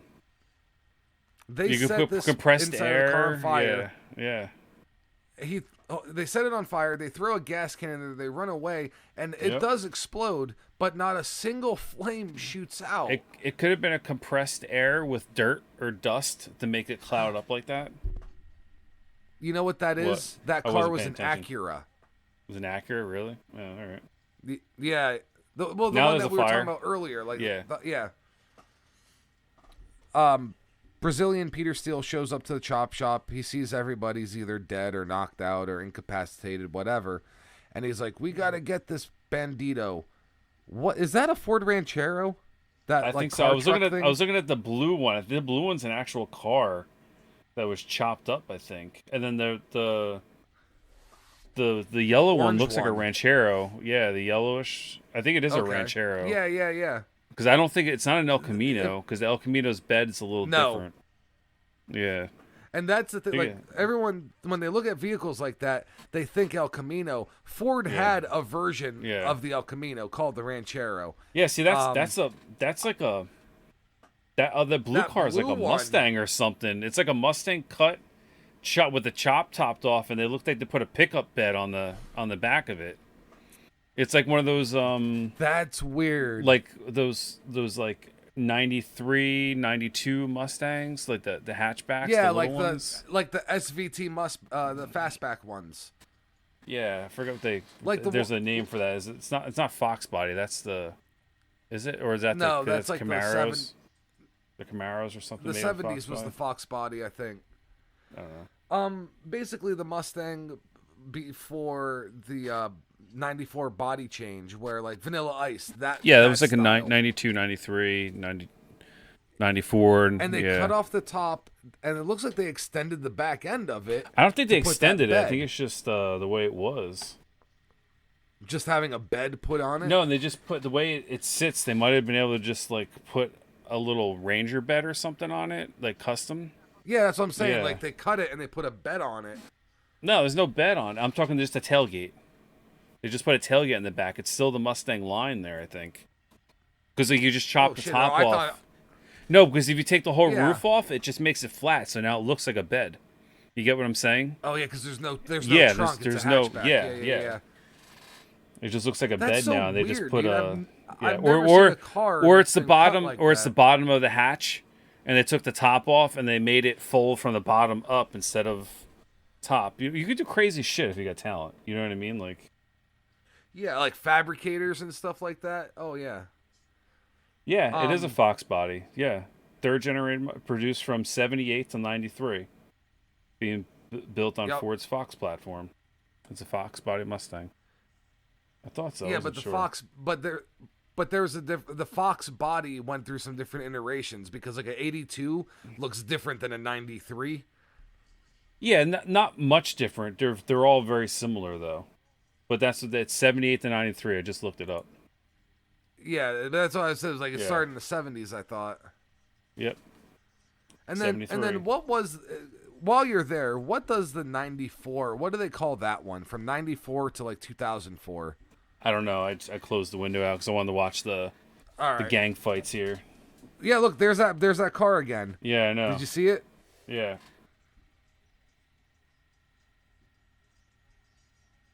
So Mark Dukakis is basically kicking everyone's ass. They all have machetes, and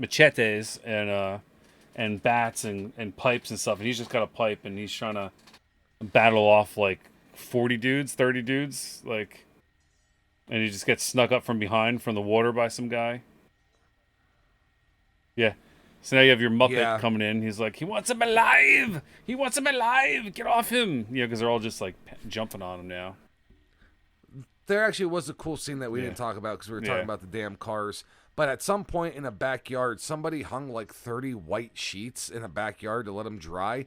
And it was very like slasher-esque, where like Mark Dukakis is hiding between the laundry and the guy's walking and he sneaks up and he hits him. It was done pretty well. I just wanted to, But he's incapacitated now and they're bringing Mark to... Did you see him do the blue steel look there? Yeah. He just went...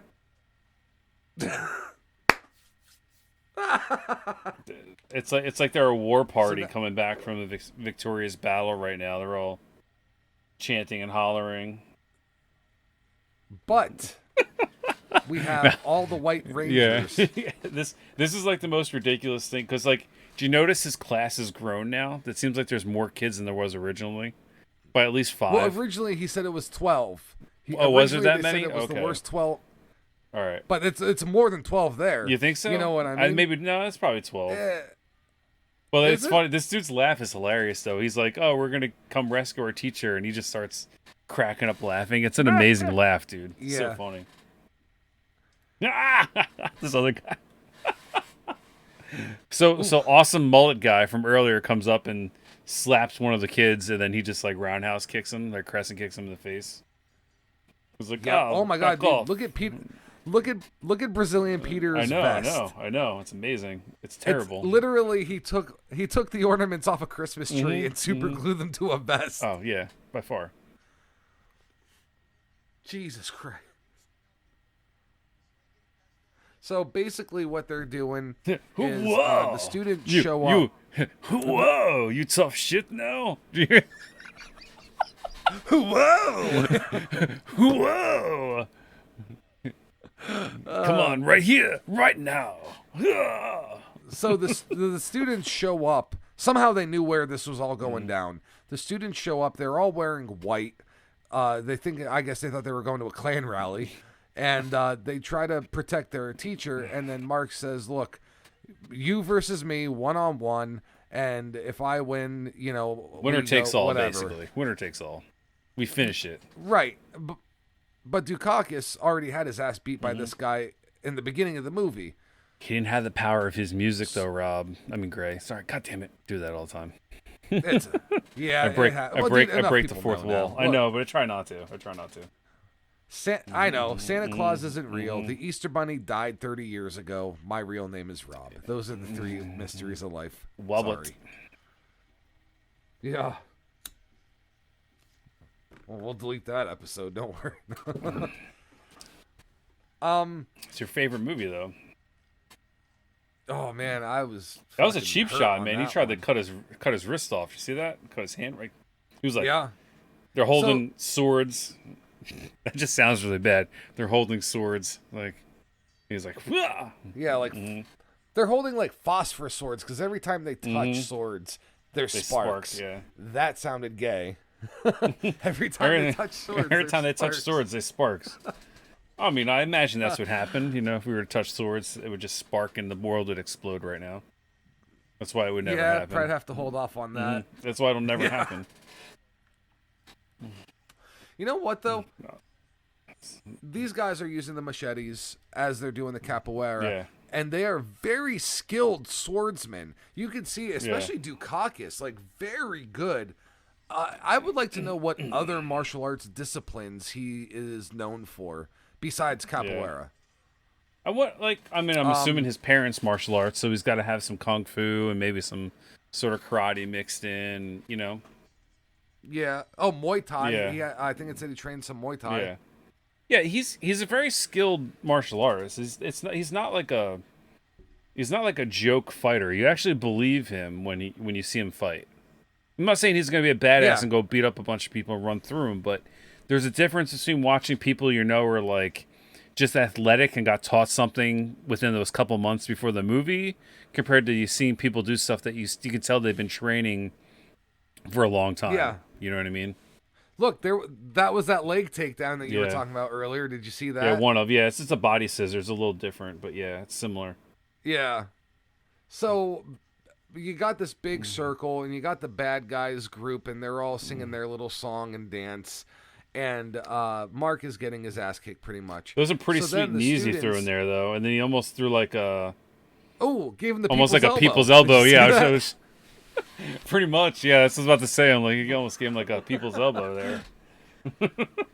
So the students, they start clapping their own, song. Banana way. Yeah, he's in the true 80s, 90s-ness, he's hulking up now.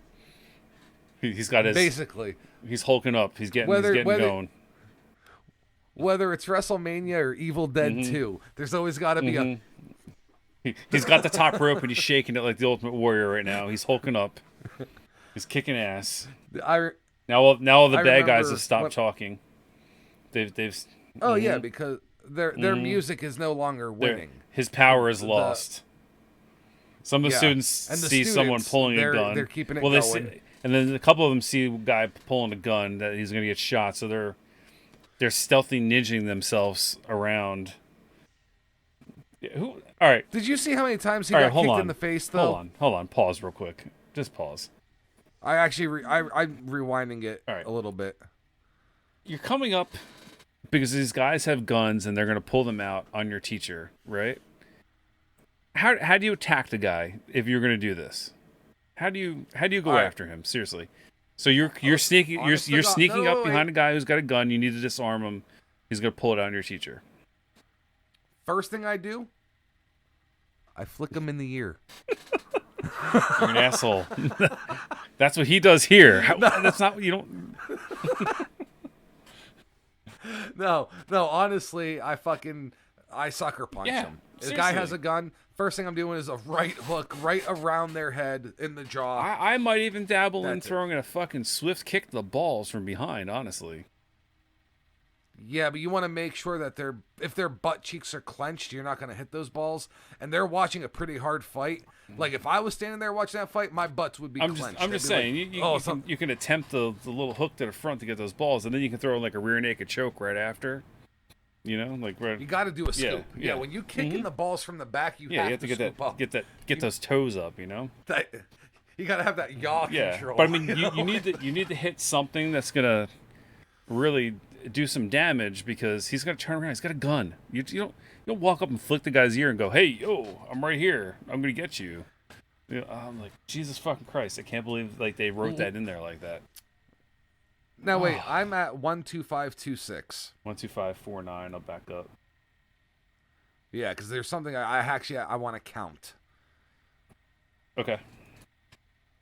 And play. How many times you get kicked in the face in a row right here? Hold on. 1, 2, 3, 4, 5, 6, 7, 8. 8 kicks, and then he gets a flick in the ear. 8 kicks in the face. He didn't block one. So he flicks him in the ear. The guy turns and pulls his gun. It's basically someone standing behind him almost, like where he kicks the gun out of his hand, and he gets pushed over another guy, and then the second guy pulls his gun so very slowly, and Mexican Dancing takes him out. Like, ridiculous. Now he's going to do a super twirly spin kick to the double kick to the face. I mean, it looks really awesome. I'm not going to lie. It looked awesome, that final kick. It did. But you know what I learned about capoeira from this movie? It is 100% offense and 0% defense. Well, your defense is in the dexterity skill of you're going to dodge everything. You're not blocking, you're dodging. That's your defense skill. So what happens if he kicks you in the face? Oh, well, I have this idea where I'm actually going to let him do it 8 times in a row. And then what? Well, I don't know, but that's what I'm going to let him do. So the ghetto bird shows up with the flight, and everyone scatters like cockroaches, except the students. The cops, they're pulling up. I'm calling bullshit on this. Our sensei, he was kidnapped. We had to go save him. All those kids are going to jail. Yeah, cops do not show up this quick to any scene unless the donut shop's burning down. They're not all pulling up like this. You got the whirly bird in the air, and cop shows up, and he's pretty much like, what's going on here? All these guys are wearing white, literally looks like a Backstreet Boys music video with like a bunch of degenerates. Hey, you're that guy from Lincoln High. I know you. They ask, who's this guy unconscious on the ground? And, Mexican Danzig gives him up. He's like, oh, it's this guy, and he's a piece of shit. He's my cousin. He's the guy who started the fire at the school. Mm-hmm. You willing to testify all of that?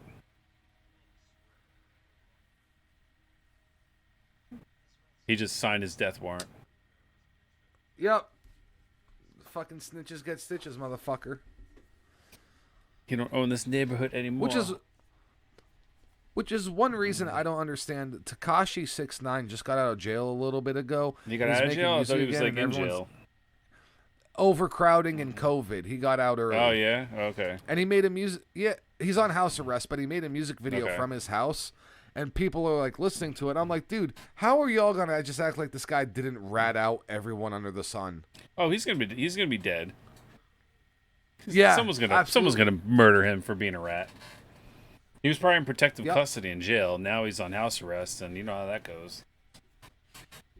Yeah, well, you know what though? They can't really change much about his appearance because the idiot has tattoos all over his face, so he's easy to spot. Oh my god! But back ridiculous. To the movie.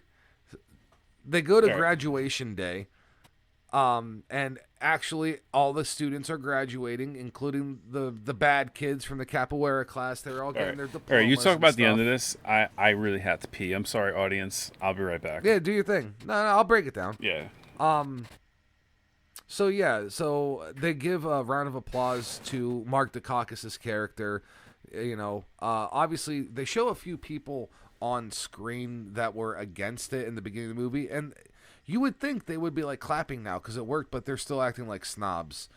Well, then all of these capoeira guys, they show up and they're wearing their either white pants with no shirts or white pants and white shirts, and everyone in the crowd, they start clapping, and you end the movie with capoeira.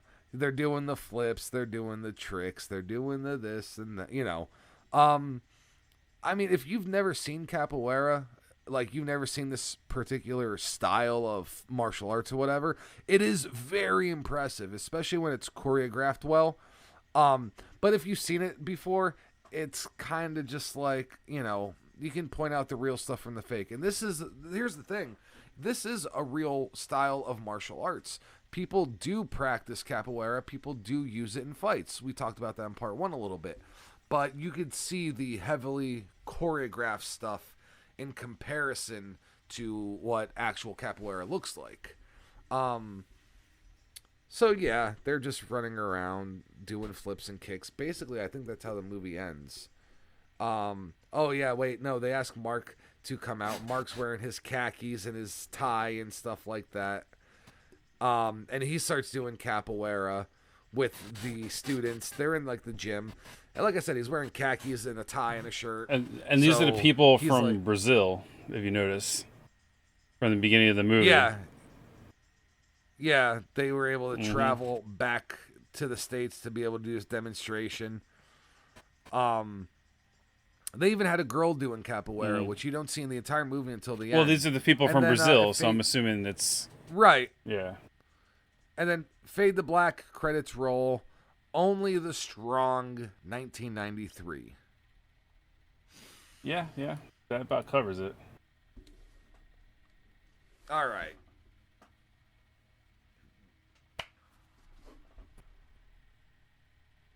So, this movie is not good. I know it's not. It's just so cheesy. It's hilarious. I had a great time making fun of it, but it's just not a good movie. It's not a good movie.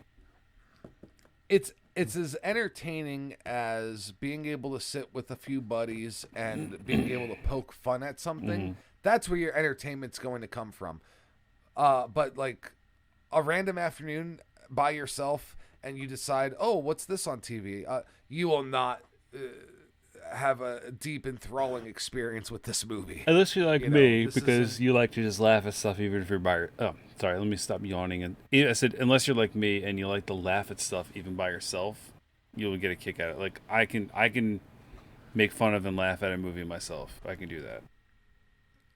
I mean, that's what like I sat down and watched it by myself one time, but I guarantee you I'll never sit down and watch this by myself again. Oh yeah, no, I won't go watch this again by myself. That's part of the reason why I didn't watch it earlier. But it's definitely hilarious. I had a lot of fun making fun of this and watching this with you tonight. It was a grand old time. Yeah, no, and it's paced well for a movie to make fun of because there is good action. There's good fights. Yeah, it's pretty good action, good fights. It's filmed good. Like the cinematography is good. Oh yeah. You know what I mean? Like it's just a weak script because it's a PG-13 movie. You know, if they just would have upped this to an R rating and, you know, actually made it violent, it would have been a really, really cool movie, you know, with the story. If they just wrote it a little bit slightly different and just made it violent, you know, instead of more like a fucking after school special, PG-13, everyone.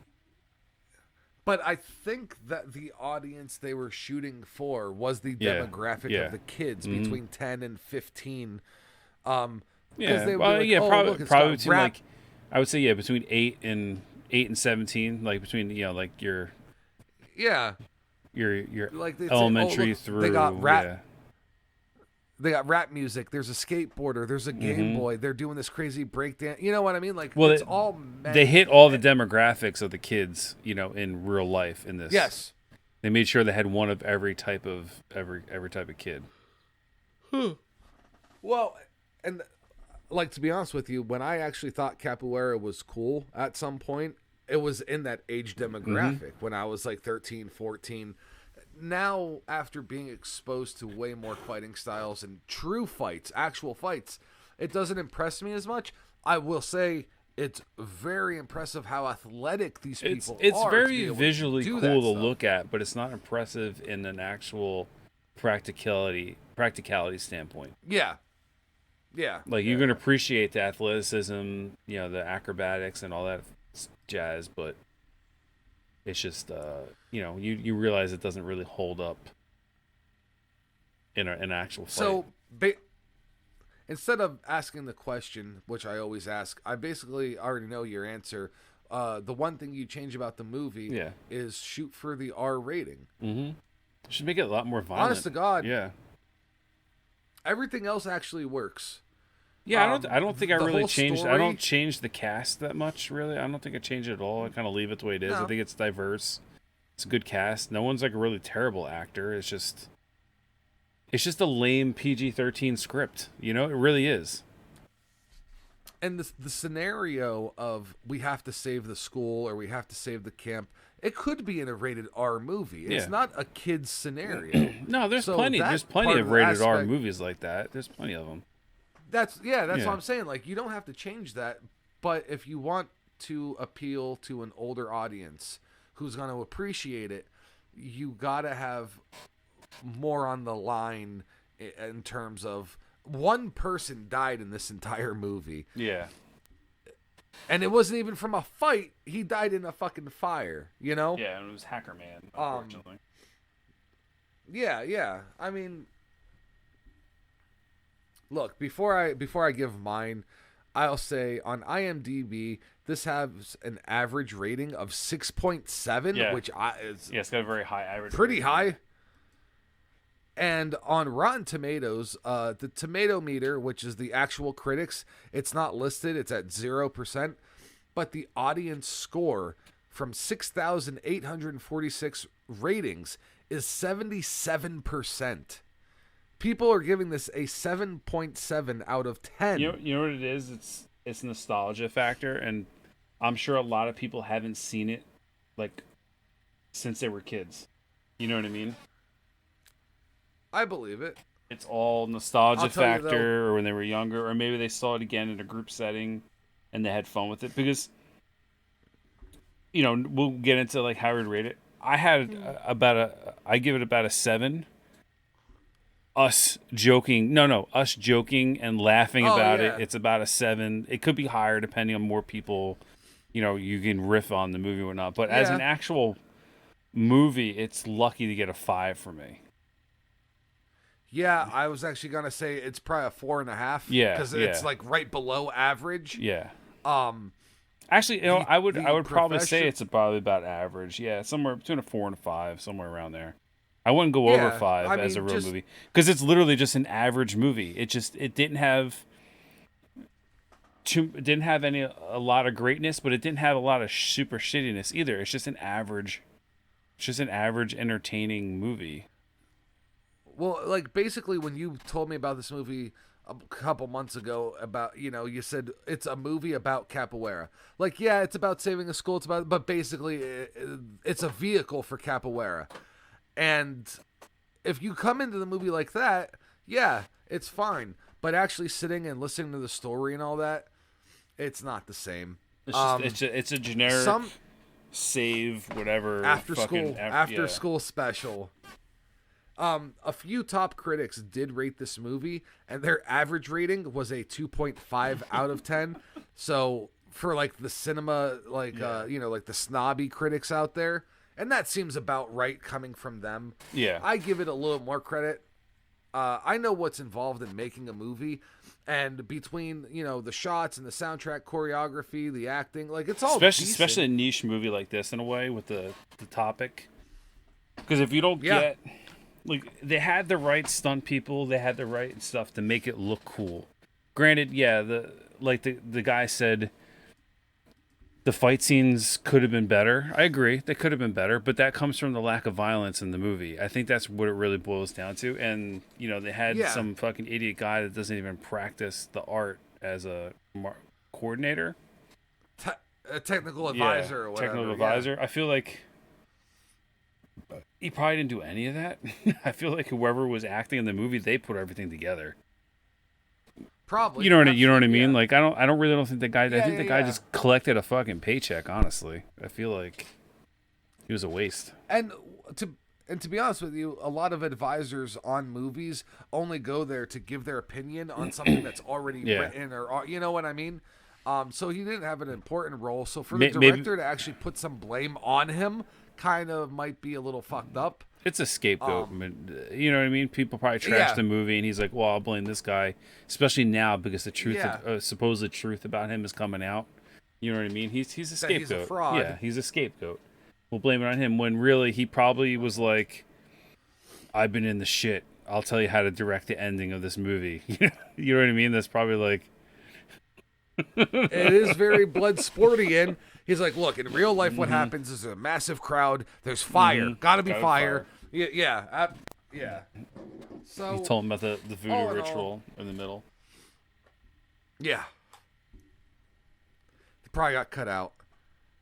But yeah, all in all, I would put this about 4.5, just under average. Yeah. And the only reason it's under average is because of the PG-13. Honestly, if it was like a hard R, it'd probably be around 6. Dude, he always shows up at the same time. He knows. It's 2:35. He wants to go for adventure now. Nice. Yeah, but you see his tail wagging in the background, even though it's dark, but you can see it. Yep. Fucking flopping around. Other than that, that was an entertaining movie. It's not a good movie. It's entertaining, and it can be extra entertaining if you're watching it with friends. Especially have a couple drinks, maybe get a little stoned. Yep. You have a grand old time watching this.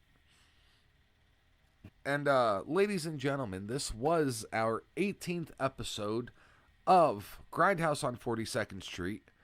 I want to let you know before I do our closing spiel, episodes 19 through 25 are already picked out, and they are all bangers. Well, I 19 might or might not. I think it's going to, because I've actually never seen it. That one I'm going to watch. Well, yeah, you have to. I've seen trailers. I've seen some stuff on it, and it looks like it's going to be like, straight up B movie, awesome sci-fi action, shitty. You know what I mean? Like all the things that we want. Which is a fun episode. Yeah. Those are always the fun ones. 20 is going to be a fucking knockdown, knock it out of park episode. 21's all you. Yeah, it's 21's all you. Now, I do enjoy some things about this movie. I do enjoy some things about this movie. It's not that high on my list of movies, but there are some really good things about it. And then 22 is going to be a huge the one. Concept. Yeah. Yeah. Oh, 23 is going to be fucking awesome too. 23 is going to be amazing. Now, how? Just in a nutshell, how would you compare this movie with 23? Because they're very similar. No. I just mean they're similar in the whole idea of it. 23, I think, is actually technically a worse movie than this, but it's filmed so badly and so cheesy and other stuff that it's better though. We will have Yeah. a knockdown, laugh out riot at 23. Like tonight, some of the parts that we laughed at surprised me. 23, there's no surprise. I know what's gonna come with 20. You know what I mean? 24. 24 is an amazing movie. I fucking love that movie. That's the only one that I'm I haven't seen it, and I'm apprehensive about it because I don't know if I should be treating it like a movie like Tonight, or should I be treating it like Demon Night? Like, is it a legit good movie, or is it like shit? I think it's a legit good movie, but that's me. Not saying I have bad taste in the movie, but I think this one's actually a legit good movie. But I think you should treat it like the one we just watched and not have any expectations and then let them come. Yeah, don't put them up too high. Yeah. But I still think it holds to this day because I watch. And then 25 is going to be a long episode. Look, it's our 25th episode, and that's a big deal for us. Obviously 26 episodes will be halfway to a year. That means officially like 6 month mark. But since 25, 50, like the big number episodes, 25 is going to be. Well, I'm actually okay with letting them know what 25 is. Are you? Yeah, 25 I'm okay. Yeah, I don't want to let them know that, but 25 we're doing Freddy vs. Jason. And that's just a big movie. I know it's a blockbuster, but it's not just the blockbuster aspect of it. It's the fact that we do love. It's the two movies icons going at it. Basically, it's the verse. You gotta have the verse in there. The build up. Yeah. To episode 25 with our live streams and all you guys interacting with us, like it's gonna be a knockdown, fucking drag out, awesome episode. And then 26 is our first Patreon pick from Ray. We're finally gonna get to an actual Patreon movie pick at 26. Yep. So that's Night Train to Terror. Dedicate, I'll let people know about that. We're actually gonna dedicate like a 3 to 4 hour episode dedicated on one person's movie suggestion. And if you sign up on Patreon, you have the ability to do that. Or you could pick a serial killer. Well, most of our patrons pick serial killers. So Ray went the other direction and picked a movie, but we already had all these movies laid out. So it's going to take a little bit to get to that. But if you signed up for Patreon now, we're at 26. If you picked a movie, it would be, you wouldn't have to wait as long because we don't have any movies picked as of the second after 26. We just wanted to get through the ones, we had, because we made this list at what, 11, I think we started this list. It was after 10. We're like, we need to get a bunch of these in order. Yeah, I think it was at 9. Actually it was at 9, after 9, because we were like 10, but I think what it 11, 12, and 13 were all made at the same time. Yeah. Right, and then after 13, we went to like 19, but then we were like, oh, fuck, we got this. Yeah. So we jumped to 25. Yeah. And you know what? When we actually get to episode like 22, so in like 2 or 3 weeks from now, we're probably going to pick another 10 movies. So if you sign up for Patreon, your movie could be I would say we'll wait till 24 just to give people a chance to sign up. Because then we still have 25 and 26 after, and then we can do a bunch. I just don't want to wait. No. I don't think that's too long because we still have. We'll have 2 weeks. We'll have 2 weeks plus other content. As we're not waiting too long because we'll make a list pretty quick. Because we're on 18 now, so we still have to record 19, 20, 21, 22, 20. Like there's at least up to 23. There's at least a month and a week before we have to deal with our last 2 or 3 picks that we have. That is the beauty of a weekly podcast is we do give ourselves the time in between to catch up on the shit, you know? And to get other content out, so. Yeah. Yep. So if you haven't signed up for the Patreon and you're intrigued by the Serial Killers Academy, or if you don't know what it is, we actually do have earlier episodes on YouTube. So if you like what you see or hear, think about joining our Patreon. It's as little as $3 a month. You can go up to $20 a month. You can leave us a donation, and there's exclusive content. There's also early access to content, like our featured Star of the Week. We'll take suggestions for that as well. So and in the next what do you say, about month or so, because it is the 30th, it's at the end of the month, we have possibly 2 more new series coming out, so we have at least one. We have at least one. We have nearly 2. I want to say within the next month they should at least be up and running. Maybe 5 weeks at the most. That's what I'm saying. At least about a month and a half, you'll have a new bi-weekly series to go out, and it'll probably be a Patreon early access, and then go out to like your standard YouTube. Yeah. We also have talked, because Wolfman just got a few more characters for Dead by Daylight. Yeah. So actually having a night where we can, even if it's like a 20-minute, half-hour stream session, where we can do more of the horror-based games if you guys are interested. Usually more people view those after it's live, but if we did it at like a consistent, like certain night of the week or certain time, and you guys want to check in, it's the problem is figuring out the times for everyone. Every time, usually when I do stream, it's too late. So we keep asking people to let us know what time and what games you want us to play, and no one really responds. But then they complain we stream too late when we do go on. So it's like a little double-edged. You know, we need to figure something out. The timing, but you know what? It's also if you join us live. So we're not going live tomorrow, but the following Tuesday we will be going live. And you know, if you want to join us live and interact with us, you can ask us questions and you can bring in your input. You know, that's what the whole live stream's for, is just interacting with our fans. So again, if you're listening on any of our audio platforms, and that's the only place that you've heard us, there's a whole world of GrindHaus you've yet to see. Yeah. Definitely come pay us a visit, you know? And let us know, because I mean, I technically still have my Twitch, even though it's Silverbolt streaming. I could very easily go back on Twitch. If the gaming thing is going to be better on Twitch for people, I can go back on Twitch. But we've been game streaming off Facebook. I'm not exactly 100% thrilled and happy with the Facebook game streaming, but we usually get more traffic because it's attached to our main Facebook page. So, but you know, if people are listening to, if people are listening and they want to see it on there, just let us know. We can work around stuff. We're trying to figure out how to make everything accessible to everyone, you know? Yeah. Make it easy for everyone to be able to watch or listen to what we're putting out. You know, maybe do one night on Facebook, one night on Twitch. I don't know. Maybe that works for everyone. Like, let us know.